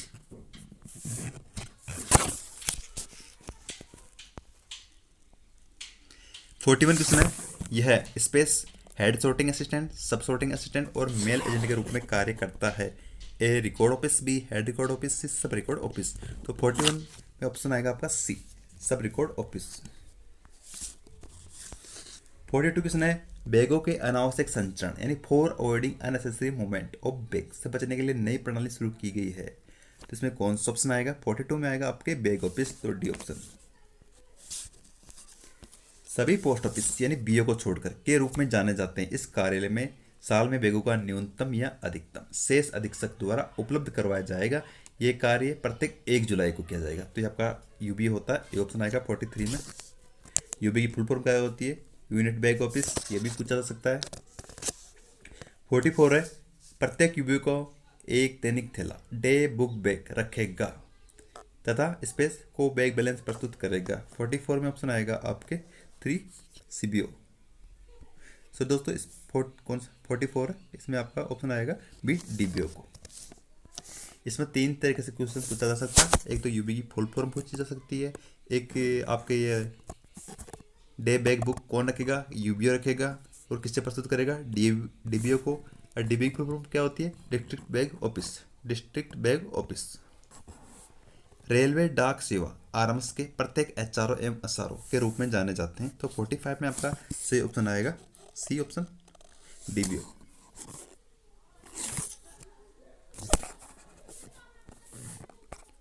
46 है, यह कार्यालय सभी प्रकार के बैग श्रेणी के लिए बैग अकाउंट बनाए रखेगा तथा अपने से संलग्न अटैच सॉर्टिंग ऑफिस, अनुभाग, टीएमओ तथा यूबीओ से थैलों की प्राप्ति एवं डिस्पैच का लेखा वर्गीकार रखेगा। कुछ अपवाद में या कुछ मुख्य डाकर भी स्पेस बनाए जा सकते हैं। तो 46 में आपका सही ऑप्शन आएगा ए डीबीओ। 47 क्वेश्चन है, पोस्टल सर्किल के मुख्यालयों पर स्थित पोस्टल स्टोर डिपो के रूप में जाने जाते हैं। A unit bag office, B केंद्रीय bag office, C district bag office, D circle bag office. तो 47 आपका आएगा circle bag office, D. 49 question है, 48 क्वेश्चन हमारा, इस ऑफिस की यूबीओ व डीबीओ ऑफिस का इंस्पेक्शन करने व बैलेंस वेरिफिकेशन करने की भी जिम्मेदारी होती है तथा बैगों की खरीद, बैगों का वितरण, मरम्मत व नीलामी की भी जिम्मेदारी होती है। तो 48 में आपका सही ऑप्शन कौन सा आएगा? Circle bag office, B unit bag office, C central bag, D कोई नहीं। तो आपका सर्किल बैग ऑफिस आएगा इसमें ऑप्शन। 49 क्वेश्चन है, डाक निदेशालय का डी अनुभाग, ये आपका एग्जाम में क्वेश्चन आया हुआ है के रूप में कार्य करेगा या केवल बैगों से संबंधित पत्राचार के रूप में कार्य करेगा। तो 49 में आपका सही ऑप्शन आएगा A option, central bag office. Question महत्वपूर्ण आपका। छटाई सहायक को छोड़कर आरएमएस के सभी कर्मचारी छटाई सहायक कहे जाएंगे। कौन कौन से? सुपरवाइजिंग ऑफिसर, बी मेलगार्ड, सी क्लास पोर्ट सर्वेंट, डी सभी। तो आपका डी ऑप्शन सभी। 51 क्वेश्चन है, एक सॉर्टिंग ऑफिस में कार्य करता है जब काम बहुत ज्यादा होता है तो एक शेड की सहायता में एक निश्चित समय अवधि या थोड़े समय के लिए कार्य करते हैं। Sorting assistant, sub sorting assistant, इसमें आएगा सब्सिडरी सॉर्टिंग असिस्टेंट कोई नहीं। तो इसमें से ऑप्शन आएगा आपका सी। ये क्वेश्चन इंपॉर्टेंट है। किसी अनुभाग के सेटों की संख्या काम के साप्ताहिक घंटों के आधार पर होती है। सेकंड, अनुभाग के सेट का समय, कर्मचारियों की संख्या, डाक व्यवस्था, डाक विनिमय पर आधारित होता है। आरएमएस कार्यालय में कार्यरत छटाई सहायक जो बीट में या अनुभाग दोनों तरफ कार्य करता है। ए सेट ऑफ सेक्शन, तो इसमें आपका ऑप्शन ए ही आएगा। 52 में आपका ए ऑप्शन आएगा। इसमें सेट ऑफ सेक्शन, सेट का अनुभाग का सेट। 53 क्वेश्चन है, आरएमएस कार्यालय का छटाई सहायक जो एक ही समय में डाक कार्यालय में कार्य करता है, इसमें प्रत्येक सेट का अलग अलग कार्य घंटे होते हैं। सेट की संख्या कार्य पर निर्भर करती है। सी सेट ऑफ सेक्शन अनुभाग का सेट, बी है सेट ऑफ मेल ऑफिस, सी है ए बी दोनों। तो 53 में आपका सही ऑप्शन आएगा बी ऑप्शन आएगा, सेट ऑफ मेल ऑफिस। 54 है, किसी सेक्शन के एक सेट द्वारा अपनी बीट के एक सिरे से दूसरे सिरे तक की यात्रा को क्या कहते हैं? इसे ट्रिप फेरा कहते हैं। 54 में बी ऑप्शन आएगा आपका। यह भी क्वेश्चन आपके एग्जाम में आया हुआ है। 55 है, लेटर मेल की अनरजिस्टर्ड आर्टिकल का समूह है जिसमें पते वाला भाग ऊपर होता है। ये भी आपके पोस्टमैन एग्जाम में आया हुआ क्वेश्चन है। जिसे चेक स्लिप से अच्छी तरह बांधा जाता है, छटाई में उसे एक ही वस्तु माना जाता है और इस तरफ कार्य अनुभाग एड्स लगा होता है, उसे हम क्या कहेंगे? तो 55 में आपका सही आंसर आएगा A option, label bundle. 56 question है, लेबल बंडल के प्रकार है, तो इसमें स्टेशन बंडल और सॉर्टिंग बंडल। डी है मेल बैग ऑफिस, तो इसमें आपका कौन सा क्वेश्चन आएगा 56 में? इसमें आपका सी आएगा, स्टेशन बंडल और सॉर्टिंग बंडल दोनों होते हैं। एक स्टेशन बंडल में कौन सी वस्तुएं होती है? स्टेशन पंजीकृत वस्तुएं, स्टेशन ऐप पंजीकृत वस्तुएं, केवल पंजीकृत पार्सल। तो 57 में आएगा आपका बी ऑप्शन, स्टेशन ऐप पंजीकृत वस्तुएं। 58, स्टेशन बंडल तब बनते हैं जब इनकी संख्या इससे ज्यादा हो। कितने से ज्यादा होनी चाहिए? 14 से ज्यादा, सी। सॉर्टिंग बंडल के प्रकार है एक्सप्रेस बंडल, डिफेक्ट बंडल, ये दोनों सी आएगा इसमें। सॉर्टिंग बंडल को क्षेत्रीय बंडल तब कहेंगे जब किसी देश या राज्य के लिए या इससे अधिक आर्टिकल हो। तो 60 में आएगा ए 25। क्वेश्चन नंबर 61 है, ये वो बंडल होते हैं जो ग्राहक से सीधे प्राप्त होते हैं। यदि ये स्टेशन बंडल होते हैं तो इन्हें खोला नहीं जाता, यदि छटाई बंडल हो तो खोला जाता है। तो कौन सा आंसर आएगा 61 में आपका? 61 में आएगा C option, pre sorting bundle. 62 है, लेबल बंडल के ऊपर बांधी जाने वाली लेबल को कहा जाता है check slip, checklist, A B दोनों। तो 62 में आपका आंसर आएगा ए चेक स्लिप। यह भी क्वेश्चन आपके एमटीएस एग्जाम में आया हुआ है।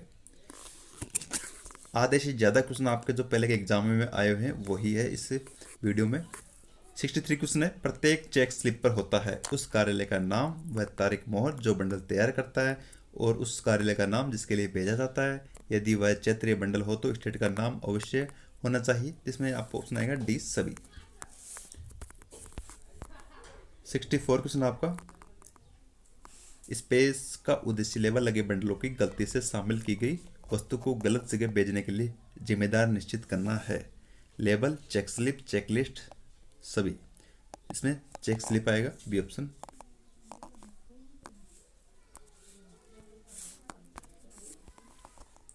65, पेड और अनपेड साधारण डाक पर किस रंग की जांच पर्ची लगाई जाती है? तो ए ऑप्शन आएगा इसमें आपके, पिंक कलर की गुलाबी। मनी ऑर्डर जांच पर्ची के नंबर होते हैं। ये क्वेश्चन इंपॉर्टेंट है दोस्तों, आपका एग्जाम में आ सकता है आपके, और आया हुआ भी है। इसमें आएगा MO 70, A option.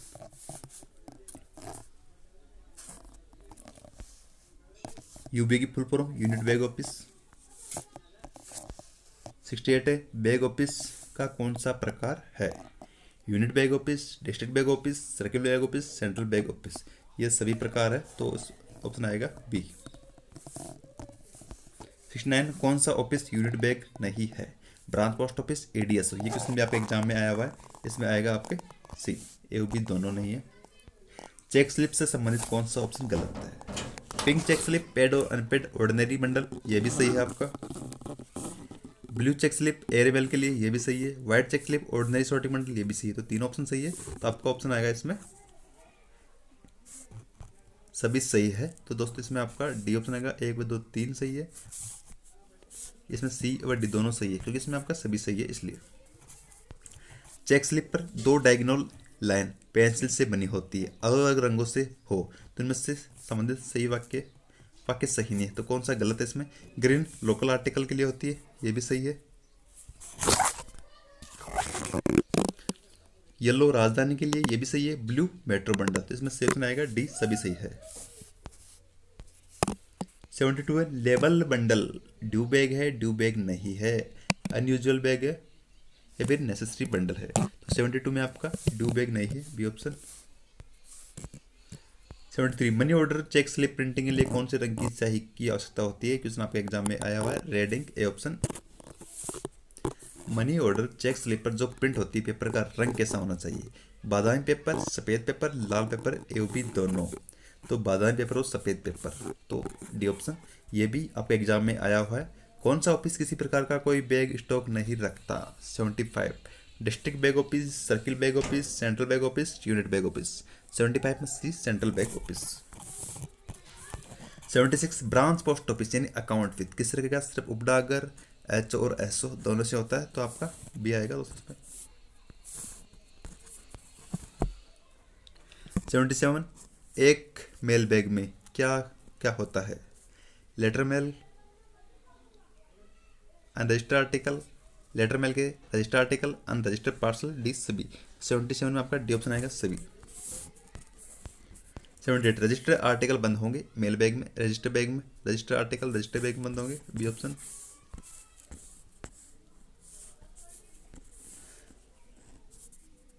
79 mail bag कितने प्रकार के होते हैं? ये क्वेश्चन आपके एग्जाम में आया हुआ है, तो इसमें सी ऑप्शन आएगा आपका, सी 3 प्रकार के होते हैं।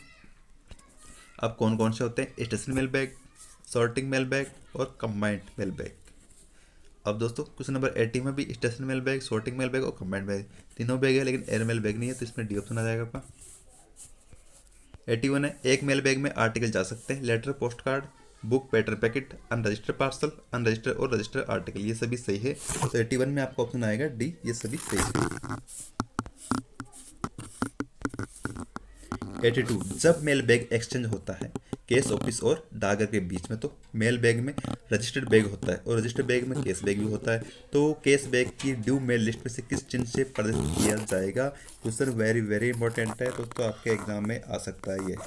तो 82 में आपका सही ऑप्शन आएगा ए, एफ से। 83 है आपके जो भी एल बैग है उनको सील मेल बैग में रखता है, इंसर्ट फॉरवर्ड आउट बैग। 83 में आपका ऑप्शन आएगा दोस्तों, मेल बैग में रखा जाता है।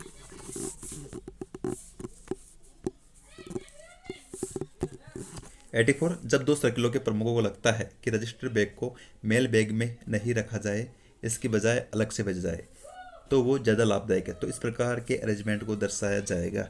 तो 84 में दोस्तों आपका कौन सा ऑप्शन सही है? 84 में आएगा आपका ए ऑप्शन, ड्यू मेल और राउंडिंग लिस्ट में।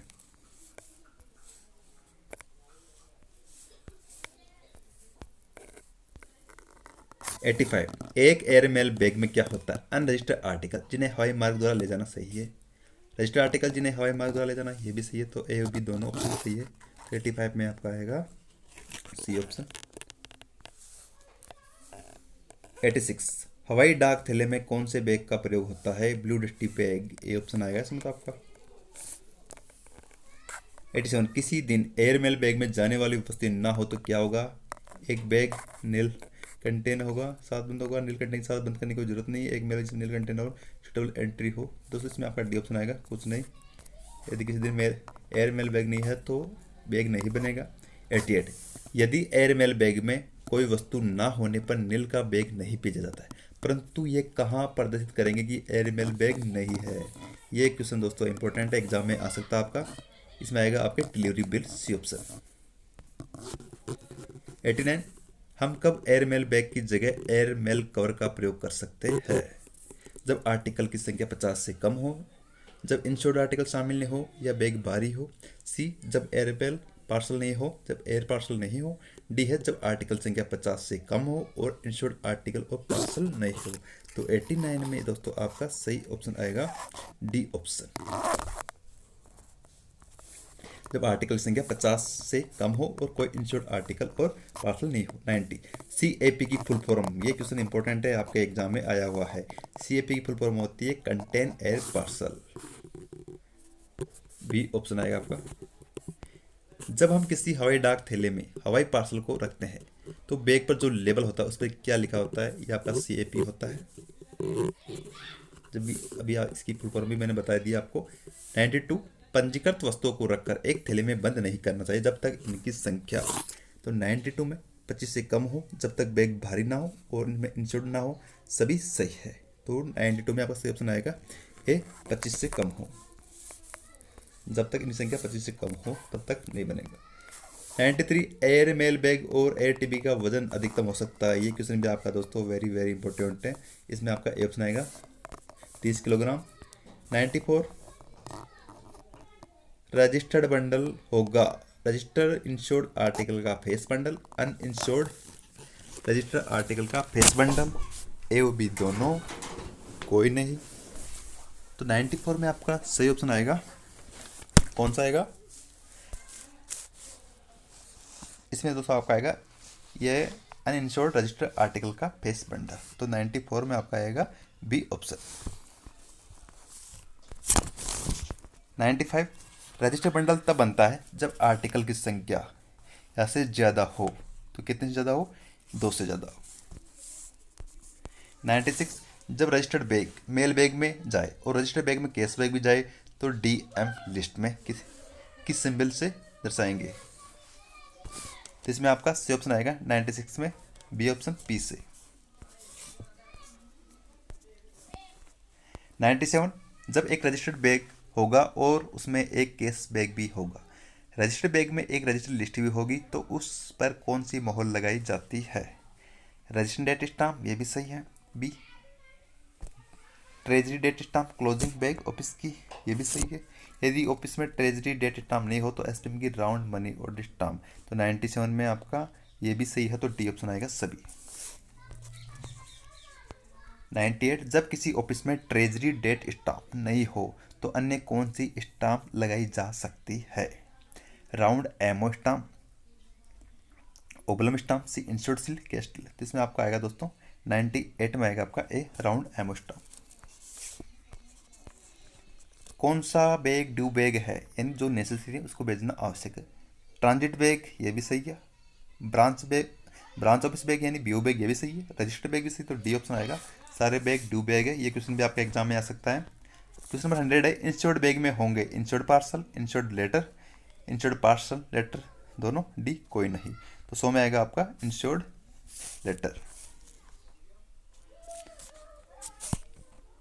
कौन सा बैग ड्यू बैग है? Transit bag, packet bag, special bag, case bag, A TV bag. 102 question है, रजिस्टर्ड बैग में जाते हैं case bag, ordinary and VP registered letter and packet, ये भी सही है। Second, insured bundle, envelope, registered bundle, insured bundle, ordinary and VP money order, D है एक रजिस्टर्ड लिस्ट। तो कौन सा ऑप्शन आएगा 102 में आपका? इसमें जाएगा आपका बी ऑप्शन। इसमें आपका सारे सही है, इसमें ऑप्शन आएगा आपका बी। 103 क्वेश्चन है, स्पीड पोस्ट आर्टिकल लिस्ट में आर्टिकल की संख्या का टोटल कहाँ लिखा जाता है? Stuck at the bottom, A option आएगा इसमें आपका। यह भी एग्जाम में आया हुआ है, पूछा जा सकता है। पार्सल बैग में आर्टिकल जाते हैं ऑर्डिनरी रजिस्टर्ड पार्सल, सही है। वीपी पार्सल, ये भी सही है। और सी है आपका इंश्योर्ड बैग, डी है सभी। तो 104 में आपका कौन सा ऑप्शन आएगा? डी सभी। 105, इंश्योर्ड बंडल कब बनाए जाते हैं? 1 से ज़्यादा हो, 2 या 2 से ज़्यादा हो, सी 3 से ज़्यादा हो, डी कितने भी हो। तो ए ऑप्शन आएगा 1 से ज़्यादा हो, यानी 2। 1 से ज़्यादा तो 2 ही होंगे दोस्तों, तो 2 या 2 से ज़्यादा हो गए आपके, तो यानी 1 से ज़्यादा। 106 क्वेश्चन है, बीमा वस्तु या बंडल की संख्या कितने से अधिक होने पर अलग से बंडल बनाया जाएगा? तो 106 में आपका आएगा 10 से ज़्यादा, ये ऑप्शन। क्वेश्चन नंबर 107 है, इंश्योर्ड बैग बनाया जाता है के लिए insured parcel including VP parcel, insured letter, C A B दोनों, डी सभी प्रकार के आर्टिकल के लिए इंश्योर्ड बैग बनाया जाएगा। तो 107 में आपका ऑप्शन आएगा insured parcel including VP parcel, ये ऑप्शन आएगा। 108 क्वेश्चन है, कौन से बैग में किसी प्रकार की लिस्ट नहीं होती? ये दोस्तों आपके इंश्योर्ड बैग के लिए नहीं होती, तो 108 में डी ऑप्शन आएगा। ये क्वेश्चन महत्वपूर्ण आपका एग्जाम में आ सकता है। इंश्योर्ड बैग को कभी भी लूज डिस्पैच नहीं करना चाहिए, लेकिन हमेशा बंद करना चाहिए। तो 109 में आपका क्या आएगा? Parcel bag, mail bag, speed bag, A or B दोनों। 109 में दोस्तों आपका क्या आएगा? इंश्योर्ड बैग को कभी भी लूज डिस्पैच नहीं करना चाहिए, लेकिन इसमें आपका डी ऑप्शन आएगा, एओबी दोनों। पार्सल बैग और मेल बैग दोनों में बंद कर सकते हैं। कौन सा ऑप्शन सही है? Registered bundle bag due bag नहीं है। रजिस्टर्ड बैग ड्यू बैग है, ये भी सही है। इंश्योर्ड बंडल ड्यू बैग नहीं है। पार्सल ड्यू बैग है। तो कौन सा ऑप्शन सही नहीं है? तो इसमें आपका कौन सा आएगा 110 में? इसमें आपका डी ऑप्शन आएगा। पार्सल बैग ड्यू बैग है, लेकिन पार्सल बैग ड्यू बैग नहीं है। 111 क्वेश्चन है, कौन सा बैग ड्यू बैग नहीं है? कैश बैग ड्यू बैग नहीं है, पैकेट बैग भी नहीं है, पार्सल भी नहीं है, तो डी ऑप्शन आएगा। Registered packet bag question number 112 है हमारा। रजिस्टर्ड पैकेट बैग है।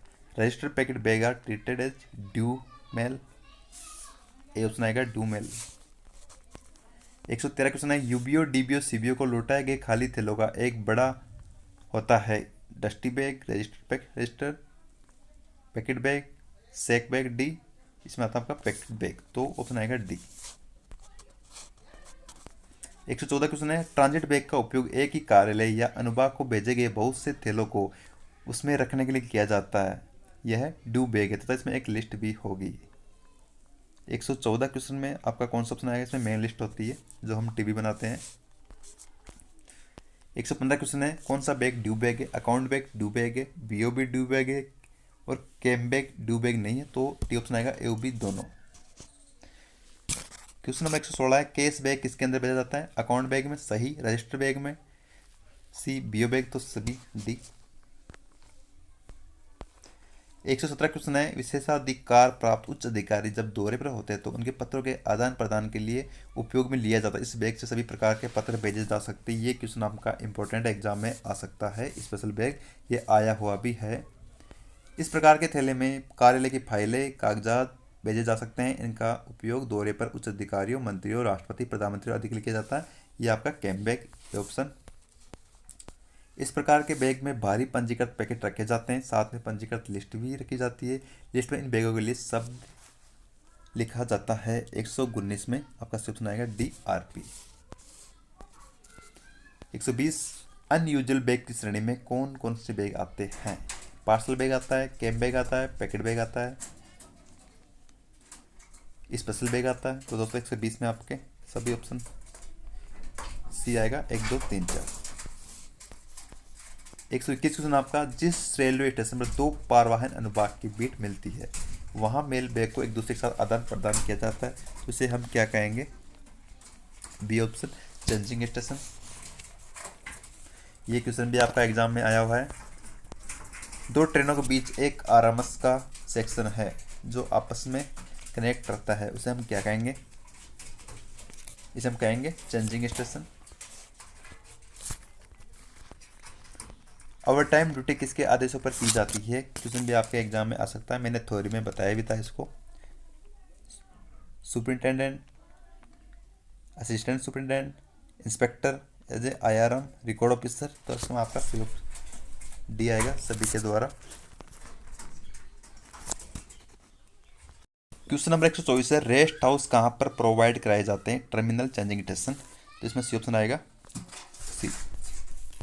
125 क्वेश्चन है, टर्मिनल और चेंजिंग स्टेशन पर रेस्ट हाउस किसके लिए प्रोवाइड कराए जाते हैं? Mail agent, mail guard, van peon. इसमें डी ऑप्शन आएगा सभी के लिए कराए जाते हैं। क्वेश्चन नंबर 126 है, जब दूरस्थ स्थानों के लिए बैगों की संख्या ज़्यादा हो तो कौन सा बैग बनाया जाता है? तो दोस्तों इसमें आपका आएगा ये कैच टीवी, ए ऑप्शन। क्वेश्चन नंबर 127 है, सामान्य कैच टीवी किसके द्वारा ओपन की जाती है? मेल एजेंट, मेल गार्ड, सी HSC, डी रिकॉर्ड ऑफिसर। तो 127 में आपका सही ऑप्शन आएगा ए मेल एजेंट। 128 क्वेश्चन है, इस व्यवस्था से मध्यस्थ अनुभागों द्वारा थैलों के अनावश्यक हस्तांतरण, अवॉइड अननेसेसरी हैंडलिंग से बचा जा सकता है। इसकी की एक सील्ड कवर में जाती है, इस मेल एजेंट द्वारा खोला जाता है। तो 128 में आपका कौन सा ऑप्शन आएगा? बी आएगा केज टीवी।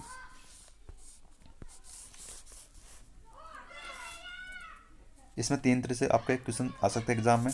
एक तो अवॉइड अननेसेसरी हैंडलिंग के लिए कौन से बैग बनाए जाते हैं। दूसरा, इसकी कीवी कैसे आती है? सील्ड कवर बैग में। इसे किसके द्वारा खोला जाता है? मेल एजेंट द्वारा। कौन सा बैग है? Cage TV. 129 क्वेश्चन है, केज टीवी की जाती है जैसे मैंने बताया था आपका सील्ड कवर में, डी ऑप्शन। एक प्रेस पैकेट में क्या क्या जाता है? मैगजीन, न्यूज़पेपर, तो इसमें बी ऑप्शन आएगा, न्यूज़पेपर जाता है इसमें।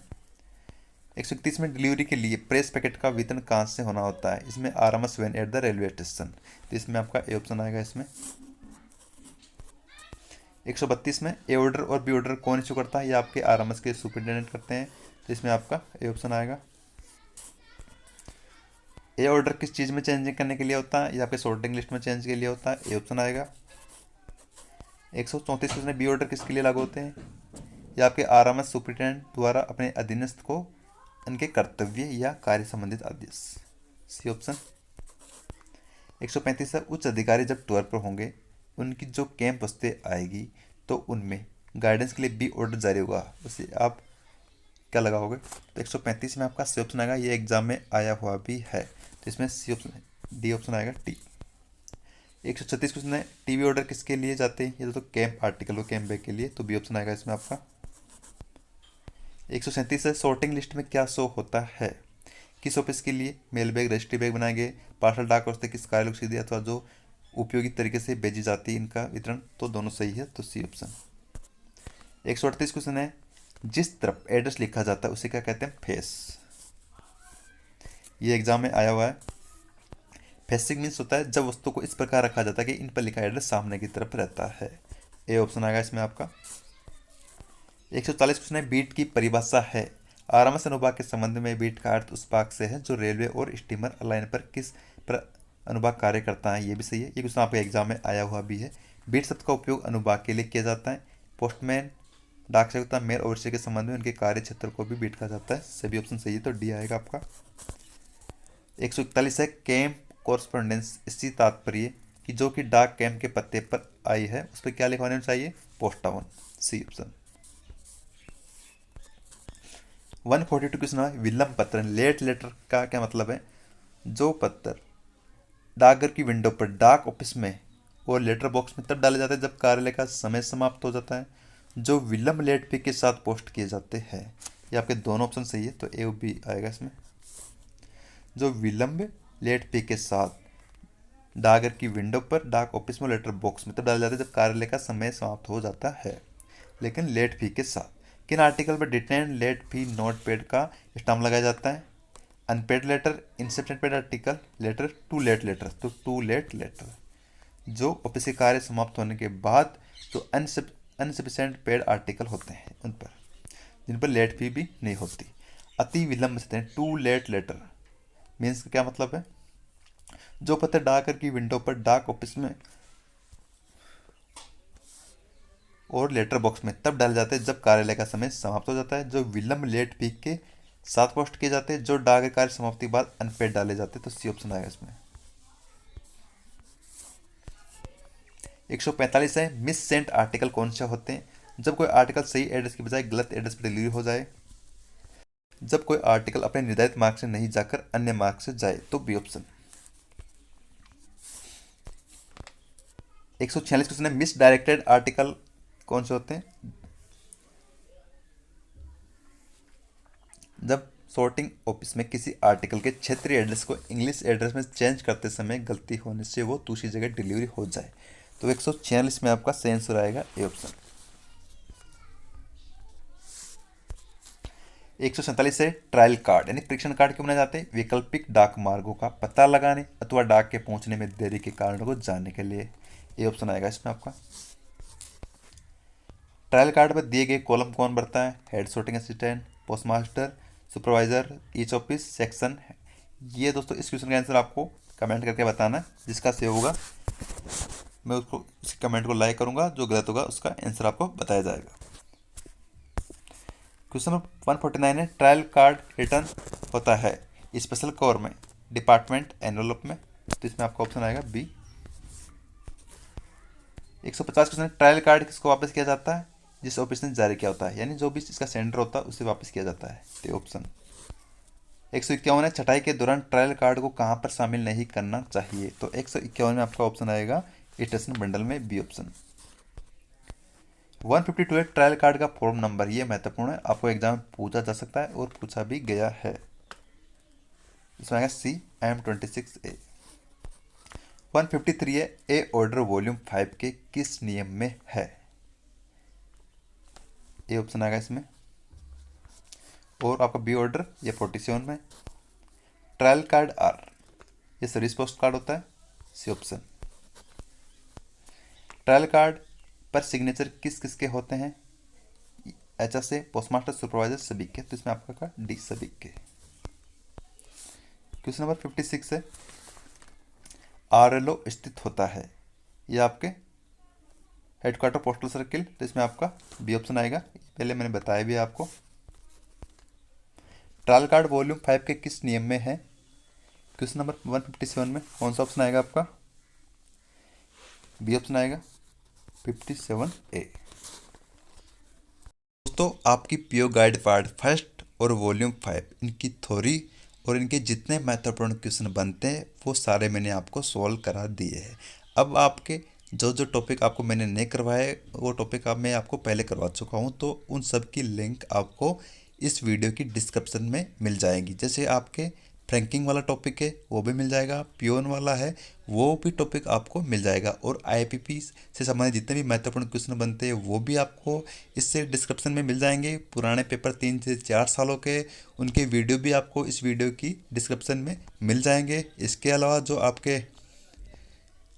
आपकी वेबसाइट पर जो टॉपिक है रिलेटेड है आपके डाक टिकटों से, या भी जो भी आपके SBI अकाउंट MIS अकाउंट इनसे रिलेटेड जो भी क्वेश्चन बनते हैं उनको भी वीडियो मैंने ऑलरेडी बना रखे हैं, वो सब की लिंक आपको इस वीडियो की डिस्क्रिप्शन में मिल जाएगी। अब दोस्तों आपके MTS का सिलेबस कंप्लीट हो चुका है, और दोस्तों जो आपकी GK आएगी उन GK की वीडियो भी मैंने ऑलरेडी बना रखे हैं, तो उन वीडियो की लिस्ट भी आपको डिस्क्रिप्शन में मिल जाएगी। इसका मतलब कि आपका GS टू MTS एग्ज़ाम का सिलेबस पूरी तरह से कंप्लीट हो गया है। एग्ज़ाम से पहले मैंने आपका पूरा सिलेबस करा दिया है, अब आपको एग्ज़ाम की तैयारी में लग जाना चाहिए यदि आपको MTS इसी साल बनना है तो। अब दोस्तों अब आपकी GDS MTS पोस्टमैन टू जो PA की क्लासें होगी उनका सिलेबस भी कराया जाएगा। तो दोस्तों मिलते हैं अगले वीडियो में नए वीडियो के साथ, और यदि आपने अभी तक चैनल को सब्सक्राइब नहीं किया तो चैनल को सब्सक्राइब करें, इसके पास में दिए गए रेड बेल आइकन को प्रेस करें ताकि जो भी नया वीडियो है उसका नोटिफिकेशन सबसे पहले आपके पास आए।